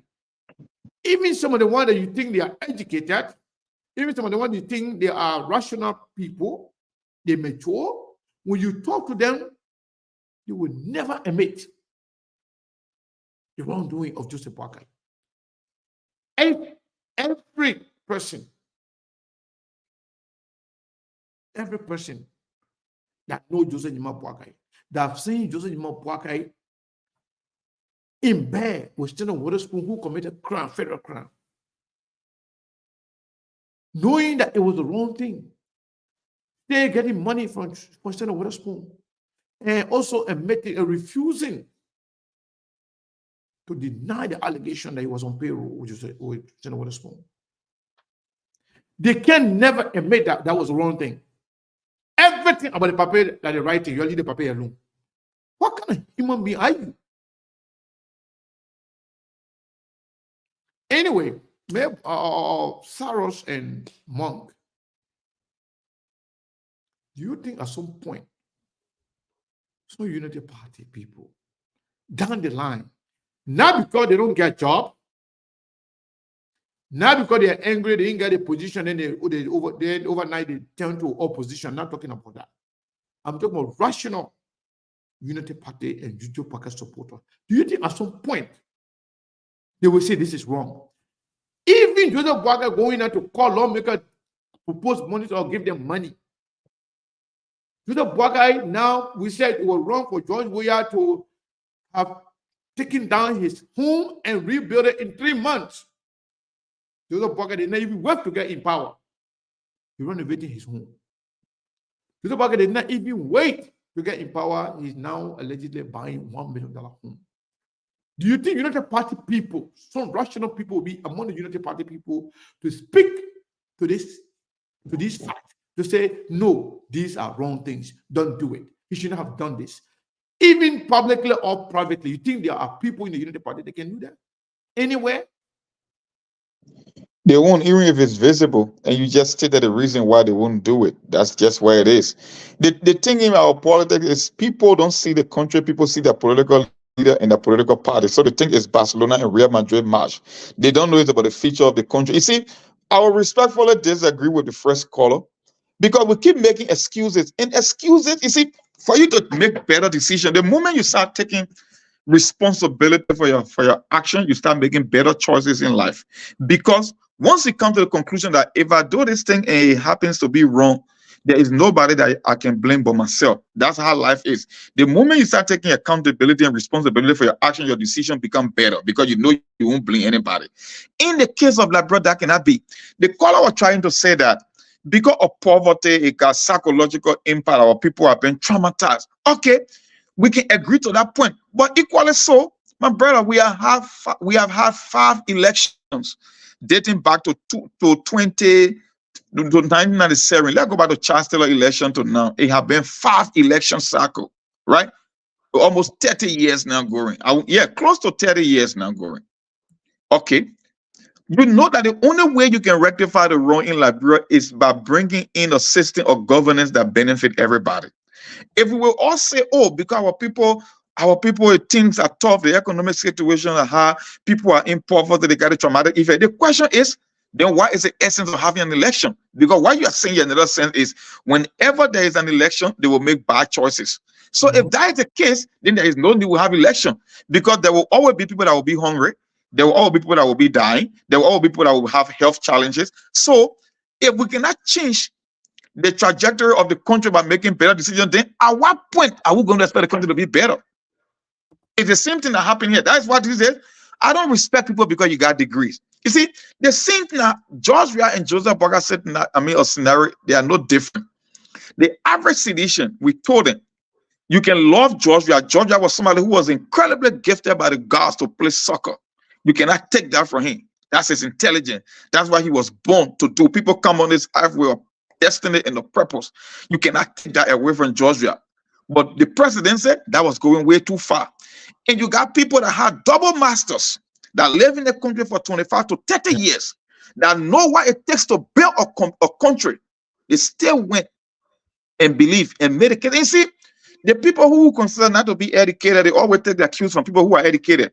Seku, if you are to go in Nima County and take a tour in a village where maybe you get an elementary school with few teachers taking care of kids in that particular village, the kids will start watching your decision because they believe Seku been in America for a while, he more exposed, he educated. So before they make decision, they will watch you. They might not tell you directly, but they'll be looking at the way you carry yourself. But unfortunately, in our country, the one that's supposed to make better decisions, they think that even the one that never sat in the classroom. That is one of my homeboys in the East Coast comments. Sorry, he said, one of the biggest problems in Liberia. I said, no, he said, you cannot tell the educated from the uneducated in Liberia. You can't. That's the difference.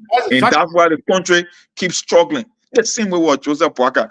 Look, if you were to take job, if I were to call Mo Ali and all the people that support Joseph Boakai, I ask them, if you are running a business or lucrative business, can you look at Joseph Boakai and hire him to be the CEO of a company? Not a single one of them would do that. But like you said, when it comes to Liberia, then all logic is thrown out the window. It's about job. It's about where you can school. Nobody think country. And that's why Liberia problem will never be solved. Because until we come to the realization that, you know what, in spite of my political leader, in spite of my political affiliation, If I would take the best Liberia has to offer, if we start thinking in that direction, then maybe and maybe only things might change. But until then, Seku, I think I'll get leave here for the day and just call it quit. We'll do it another day, my brother. Thank And you, to my the brother. listening audience as well. I think this is my closing part. I mean, my argument. Thank you, my brother. We'll be here tomorrow. So yes, All right, man. yeah, I want to encourage all of you. I think we have somebody that actually support SKT with $20. We are encouraging everybody to support us. We are gearing up, getting prepared for the inauguration. So yes, we want to make sure our guys are there and they are ready to do what they need to do. So they're gonna need, some stuff.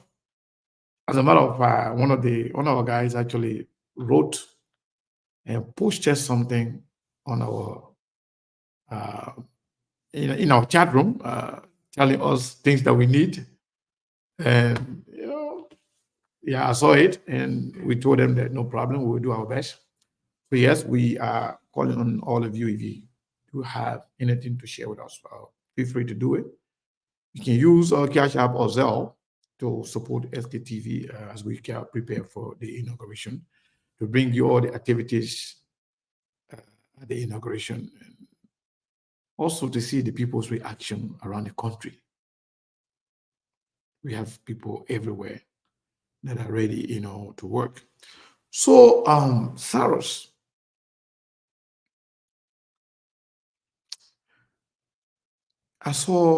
when I saw the leadership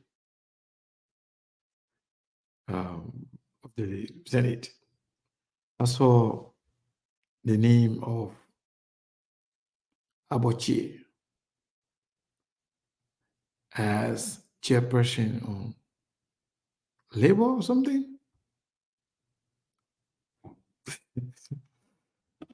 So, this is the man who was the president pro tem. You think Abochie should be supposed to be anything in terms of leadership in the new? I mean, anyway, these were all compromises. Public works. Yeah, somebody saying public works. It's not labor, public works. So I said to myself,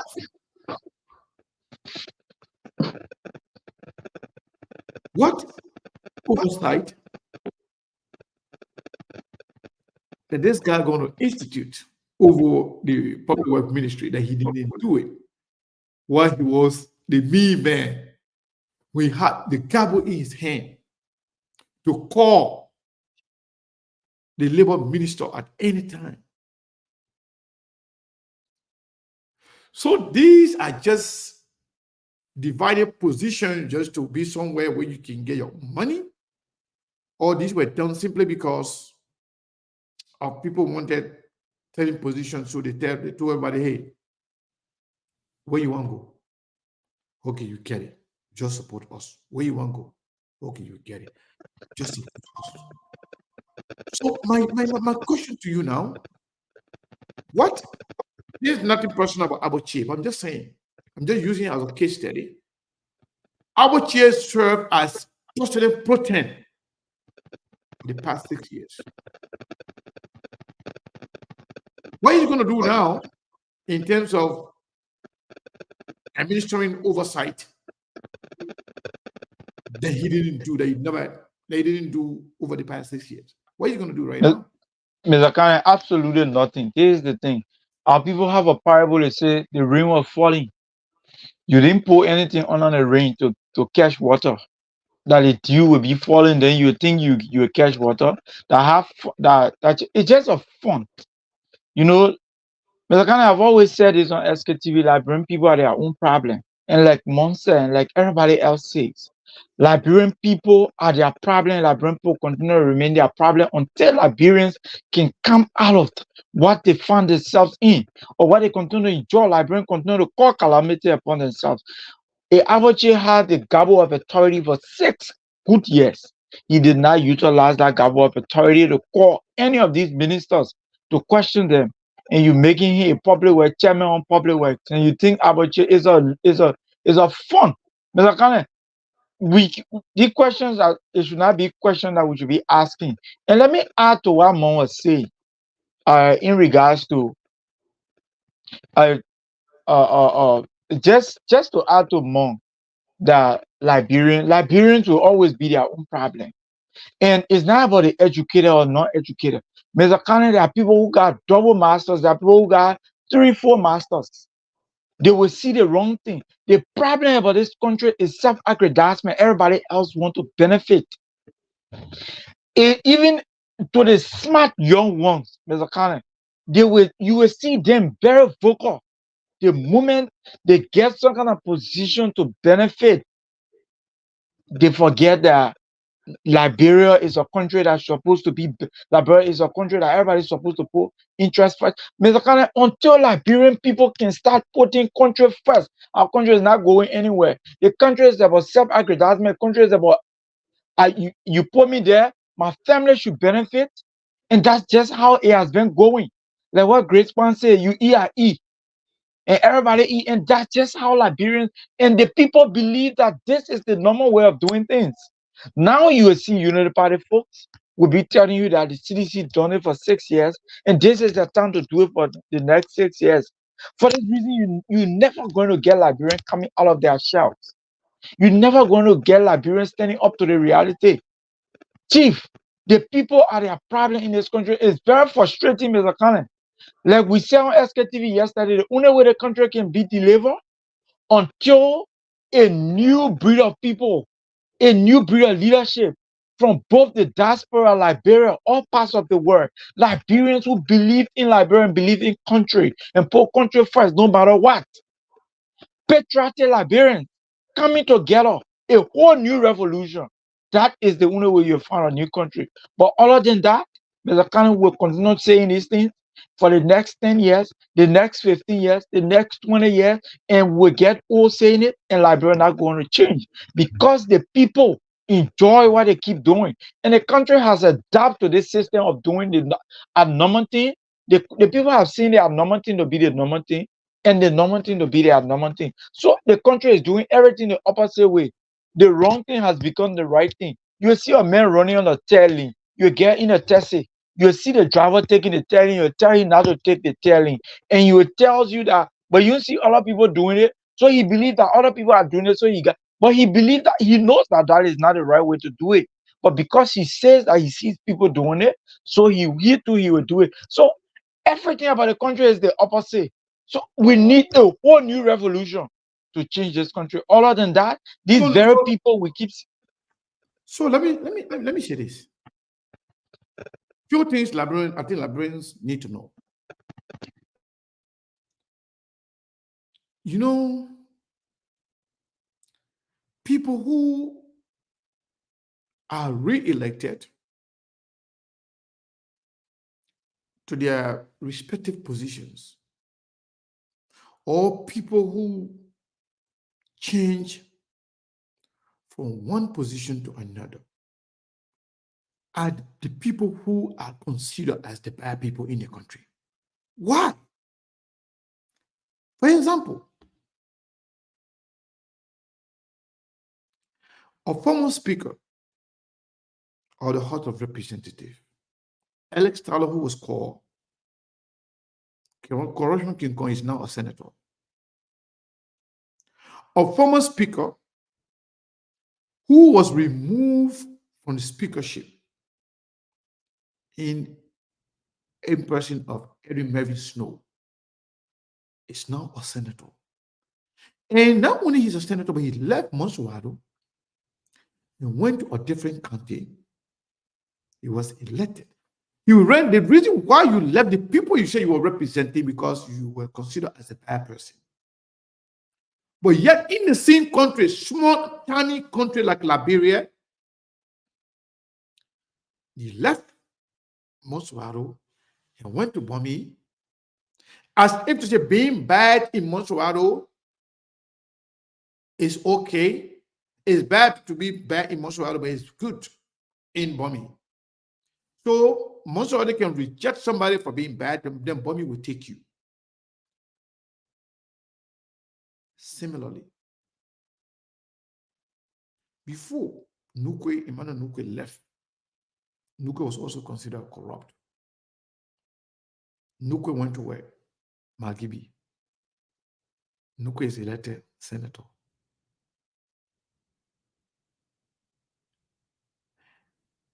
This guy, Magill was sanctioned. Magill was kicked out of government. Magill went to Margibi, became senator. Betwawe. Corrupt people. Somebody who was in the National Port Authority, who is accused of stealing millions of dollars. He went there, he went to Riverside. How many people voting in Riverside? Less than 30,000 people.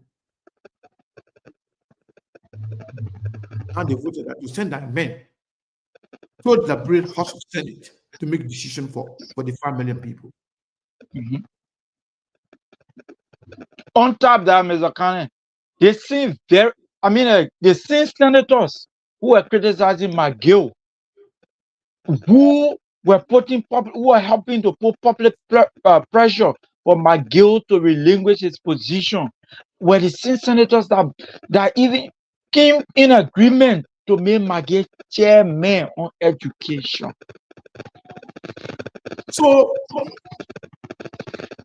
what I was trying to say is that what kind of country we have? What kind of people are we? Prince Johnson being elected for the 3rd time. You're going to spend 18 years as senator, maybe almost 27 years now. You're going to be. No, you going to 27 years now. 27 years. Yeah, you've been elected 3 times already. So 18 years, that 2 years, that 2 terms there, 9 years. Now he's elected for the 3rd time. 27 years as senator. And you know this got to be a notorious killer. You know this got to be a mentally deranged person. This guy does not act anything. This guy does not make any legislation. This guy does not provide any oversight, nothing whatsoever. Simply because the man is a bad man, then you coveted towards him, you make him senator. What kind of country is this? Somebody is accused of corruption in Betwawe, accused of stealing money, 1 million plus. You went and voted him. Look, let me tell you something. The people that say, you came mama, you came papa, I'll vote for you. We believe, we thought they were in minority, but they're not true. They are the majority. It seems like people with that kind of mindset are the majority of the people in our country. They are the ones that make decisions for our country. I think in order for things to change in Liberia, we have to create new set of voters. Create new set of voters. You know how that can happen? Look at the number of people that voted for Joseph Boagai. Both rounds, first and second round, less than 1 million people.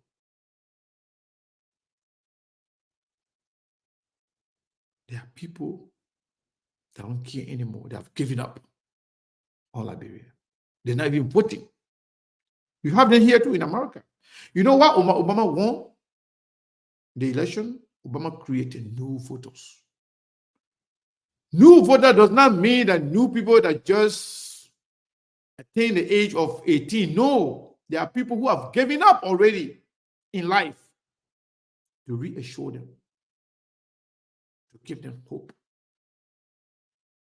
to show them what a real life is all about, to show them what is good life, to show them what is possible, to show them if you vote, if you actually support. This is what you get. You don't have to be begging. It takes money, it takes resources, it takes time, but it's possible in order for Liberia to change. It's going to take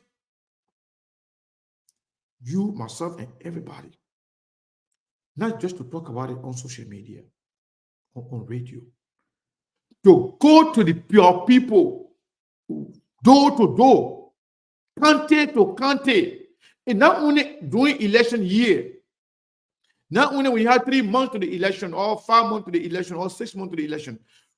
Leave time. Start it today. Tell them, show them what real life is. Some of them believe that the crop that they are getting is what they deserve. Majority of Liberians don't vote. Look at this.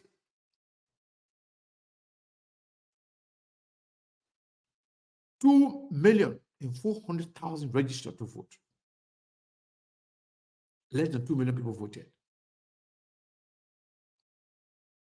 You see that? And Joseph Barker winning is less than 1 million people in the whole country. People have given up. So Liberia can change. But the only way Liberia can change, until we that want to change, we have to sacrifice. We have to take risk. We got to be vigilant. We got to be brave. We got to be honest to ourselves and to the Liberian people. Other than that, somehow we'll do our thing. We'll do our own. We'll try. The day God take us. Then 20 years later, 30 years later, 1 million years later, Liberia will be in the same place. But again, I want to say thank you to somebody sent us $50 on sale. I want to say thank you to that person for sending us $50. Like we said, we need some money. We are preparing for the inauguration. We want to make sure we are there. We want to make sure our people are able to cover the whole process. Also, we'll be actually getting some reaction from Liberians around before and after the inauguration. That is something Saros and others promise us that they will do. And hopefully we will do that. But you got to help us help you. I want to say thank you to you for being here, even though we started the show late, but you still came on. And you are here. We've been here for almost 2 hours, 12 minutes. Saros. So what is your expectation for this inauguration? You think it's going to be exciting? Maybe there will be some people who live in there with anger. I mean, what do you expect? What is your expectation for this inauguration? The inauguration will be exciting for United Party folks because the thing is, they are blinded with this victory, and we all know that their normal slogan during the campaign that whether Boga is in the cast or not will vote for him. So it'll be excited by the folks of the United Party. But like you said earlier on, or you just rightly said, Liberians are frustrated, a lot of Liberians are frustrated. So Liberians cannot wait for this inauguration to come and pass because you don't see much excitement within the city like how we saw previous inaugurations. It's not like that in the city. So but except the United Party folks, they will come out in their numbers and they are excited and they can't wait, and they will fill that place. That I can tell you. But in totality or in majority of the Liberian people, no. I'll tell you no. And we here, we looking, we watching, and we can't just wait that the inauguration come and pass. And I think that's just what the Liberian people want. I think the Liberian people are so eager to know what will become of the new government. What will Baka do, the president-elect? As he rightly said, or as he keep telling the Liberian people that he will definitely face all of the rules, especially major rules in rural areas, the southeast and all of those places from his home in the next 100 days. I think Liberian people are so their expectations are high in terms of prices, in terms of the business sector, the private sector, how they can transform, especially creating jobs. I think these are the expectations of Liberian people. And for this reason, they can't wait that inauguration come and pass. So I think when you ask me for that aspect, that would be their expectation. But for the inauguration, there's nothing strange, there's nothing extra about the inauguration that I'm seeing.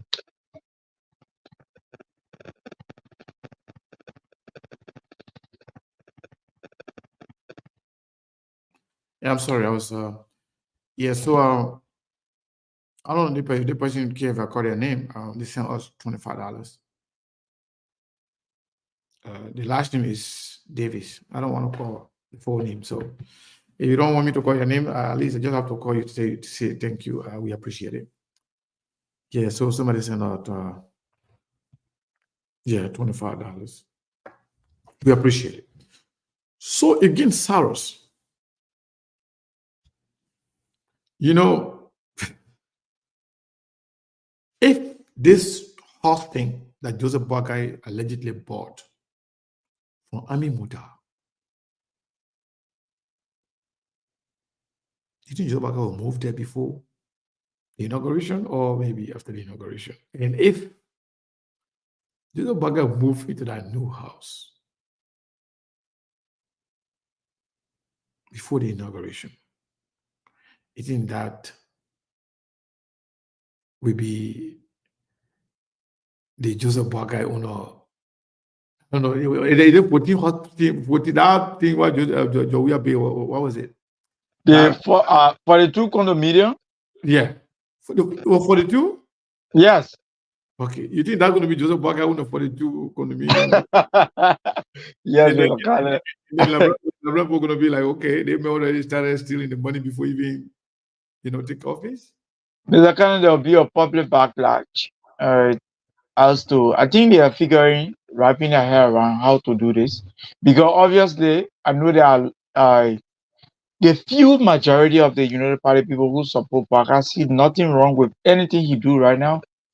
But I will tell you, like we always do, we always bring these things out to the Liberian people, opening a lot of the Liberian people eyes. I know SKTV, we might think we're not, but we actually playing a very major role. And for this reason, this is the reason I always told you people keep asking for SKTV official page.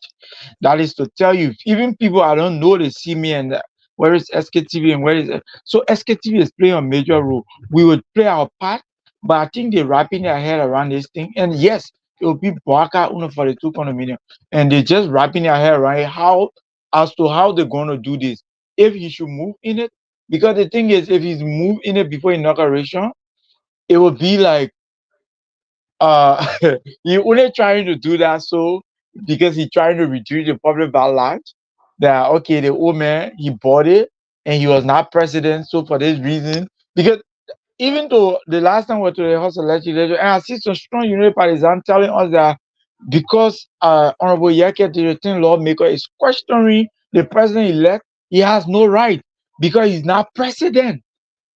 No, he's Those were president. things. He's president. No, That's why you call that, president-elect. those were things they were saying that because he's not president, he doesn't have the constitutional mandate. So my question was, but he now moved with the state security. He moved with state detail. He's joined the military of the state as we speak. So how can you answer this question? How can you reconcile that? I'm like, so they're just trying to wrap their head around this thing, Mr. Cannon. But I'll tell you, any way they do it, they'll be caught up. They already caught up in the web. There's nothing they're going to do. But they want to Waka will want to move in a house just so they will reduce the public noise. But again, SKTV is there to educate the people. So yeah, so what are you guys gonna do for us, our audience, on that day of that inauguration? So you guys gonna make sure y'all bring all your I want you to start it here when people are coming. And when the people get there to want to see them. And we want to make sure that some of the dignitaries that are expected want to see them. Also, if you have the opportunity, I want you guys to ask questions. ask people, different people, for their opinion and their expectation. And some of the people then that are potentially going to be cabinet ministers and directors and managing directors and assistant ministers, deputy ministers, even some of these lawmakers, you ask them some questions. You know what? From the start, that's when people can make statement. Right now, a lot of people are excited. Let's listen to them. Let's listen to some promises. Let's listen to some of the plans that they have. But eventually, we'll see what's going to happen.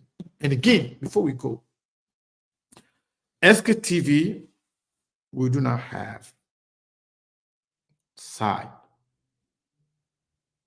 Our side. Anyway, we do not have a political side. Our side in these things is the South the Liberian people. We'll do everything and anything to make sure we protect that side. So anybody stand on the way of making Liberia a better place, we will not sugarcoat our position on you. We love Liberia. We love our people. And only us can change that country. All of us. Ghosts are not going to come. Gina, they're not going to come. Or India, they're not going to come from heaven to come and help. We have to do it ourselves. And we have to be willing to take the risk to do it.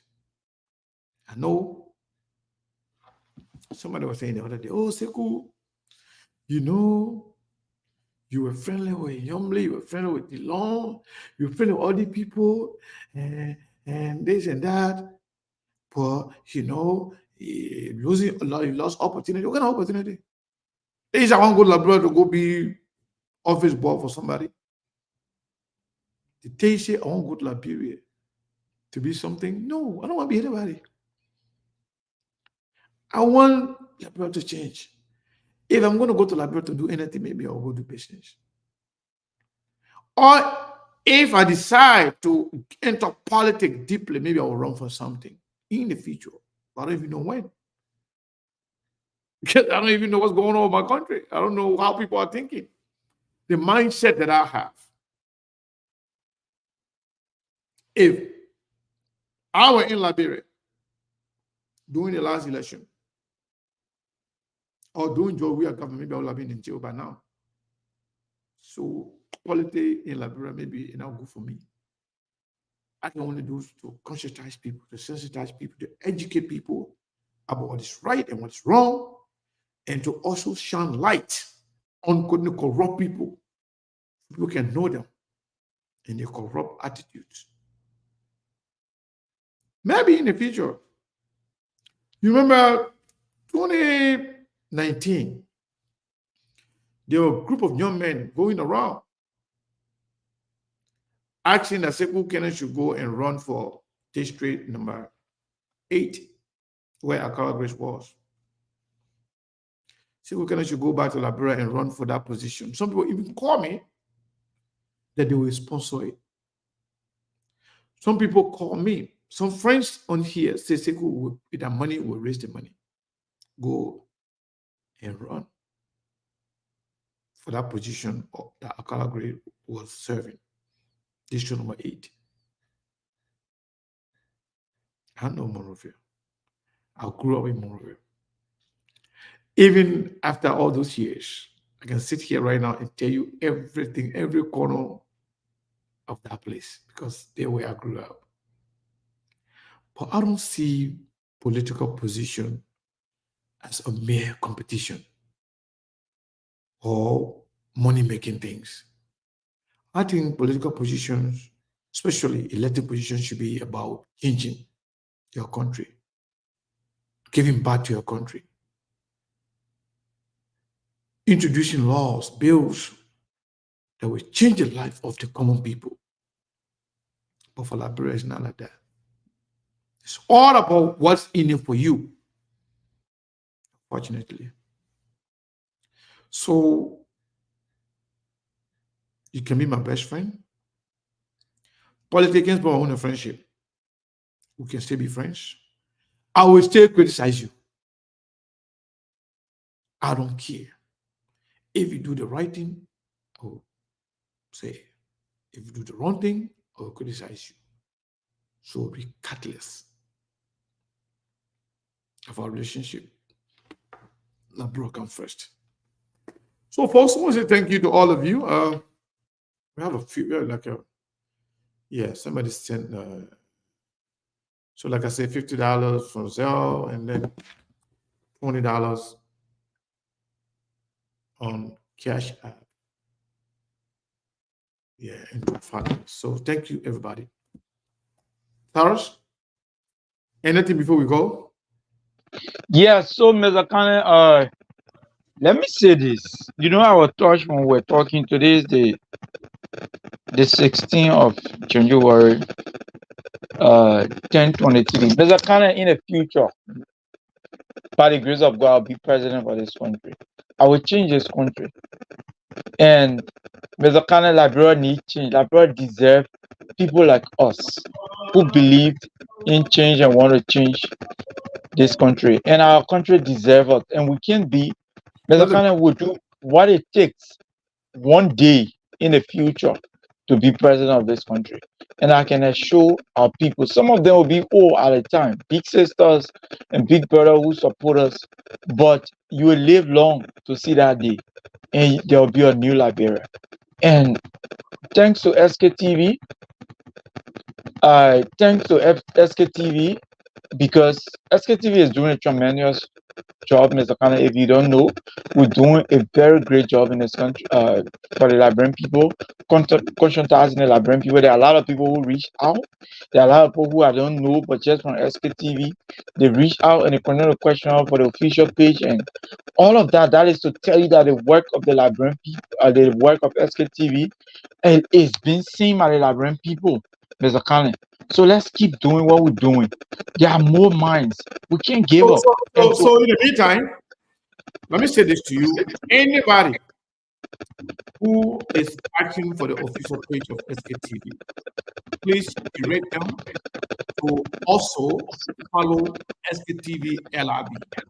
Whatever that's going to be doing, like we're doing on SKTV original presentation, we're doing here. So the page is there, the page can come back. But whatever we do here is not going to change. We provide information, we provide news, we conscientize the Liberian people, we educate the Liberian people. So whatever you are is about the platform, it's about the people, it's about the information that you need. So whoever asking, tell them the SKTV original page will be back, but encourage them to follow SKTV LRB if they still want to have the information.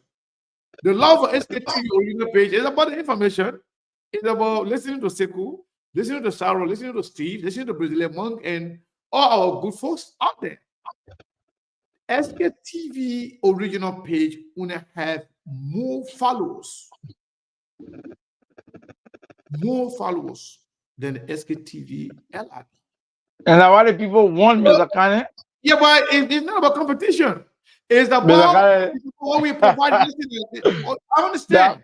Because of our coverage, Chief, I am telling you. That's what I'm saying. But you know, how did we get there? Similarly, we did exactly what we're doing right now on SKTV LRB, providing information, doing the right thing, and encouraging people to follow it. That's all. It's easy. Let me tell you something. SKTV LRB is growing on a very fast pace. I've been saying it. I know how page can grow. I know what's going on. While we are working on SKTV LRB and SKTV original page, we still can be doing what we're doing here. We're not going to stop our job. What we're doing for Liberian people.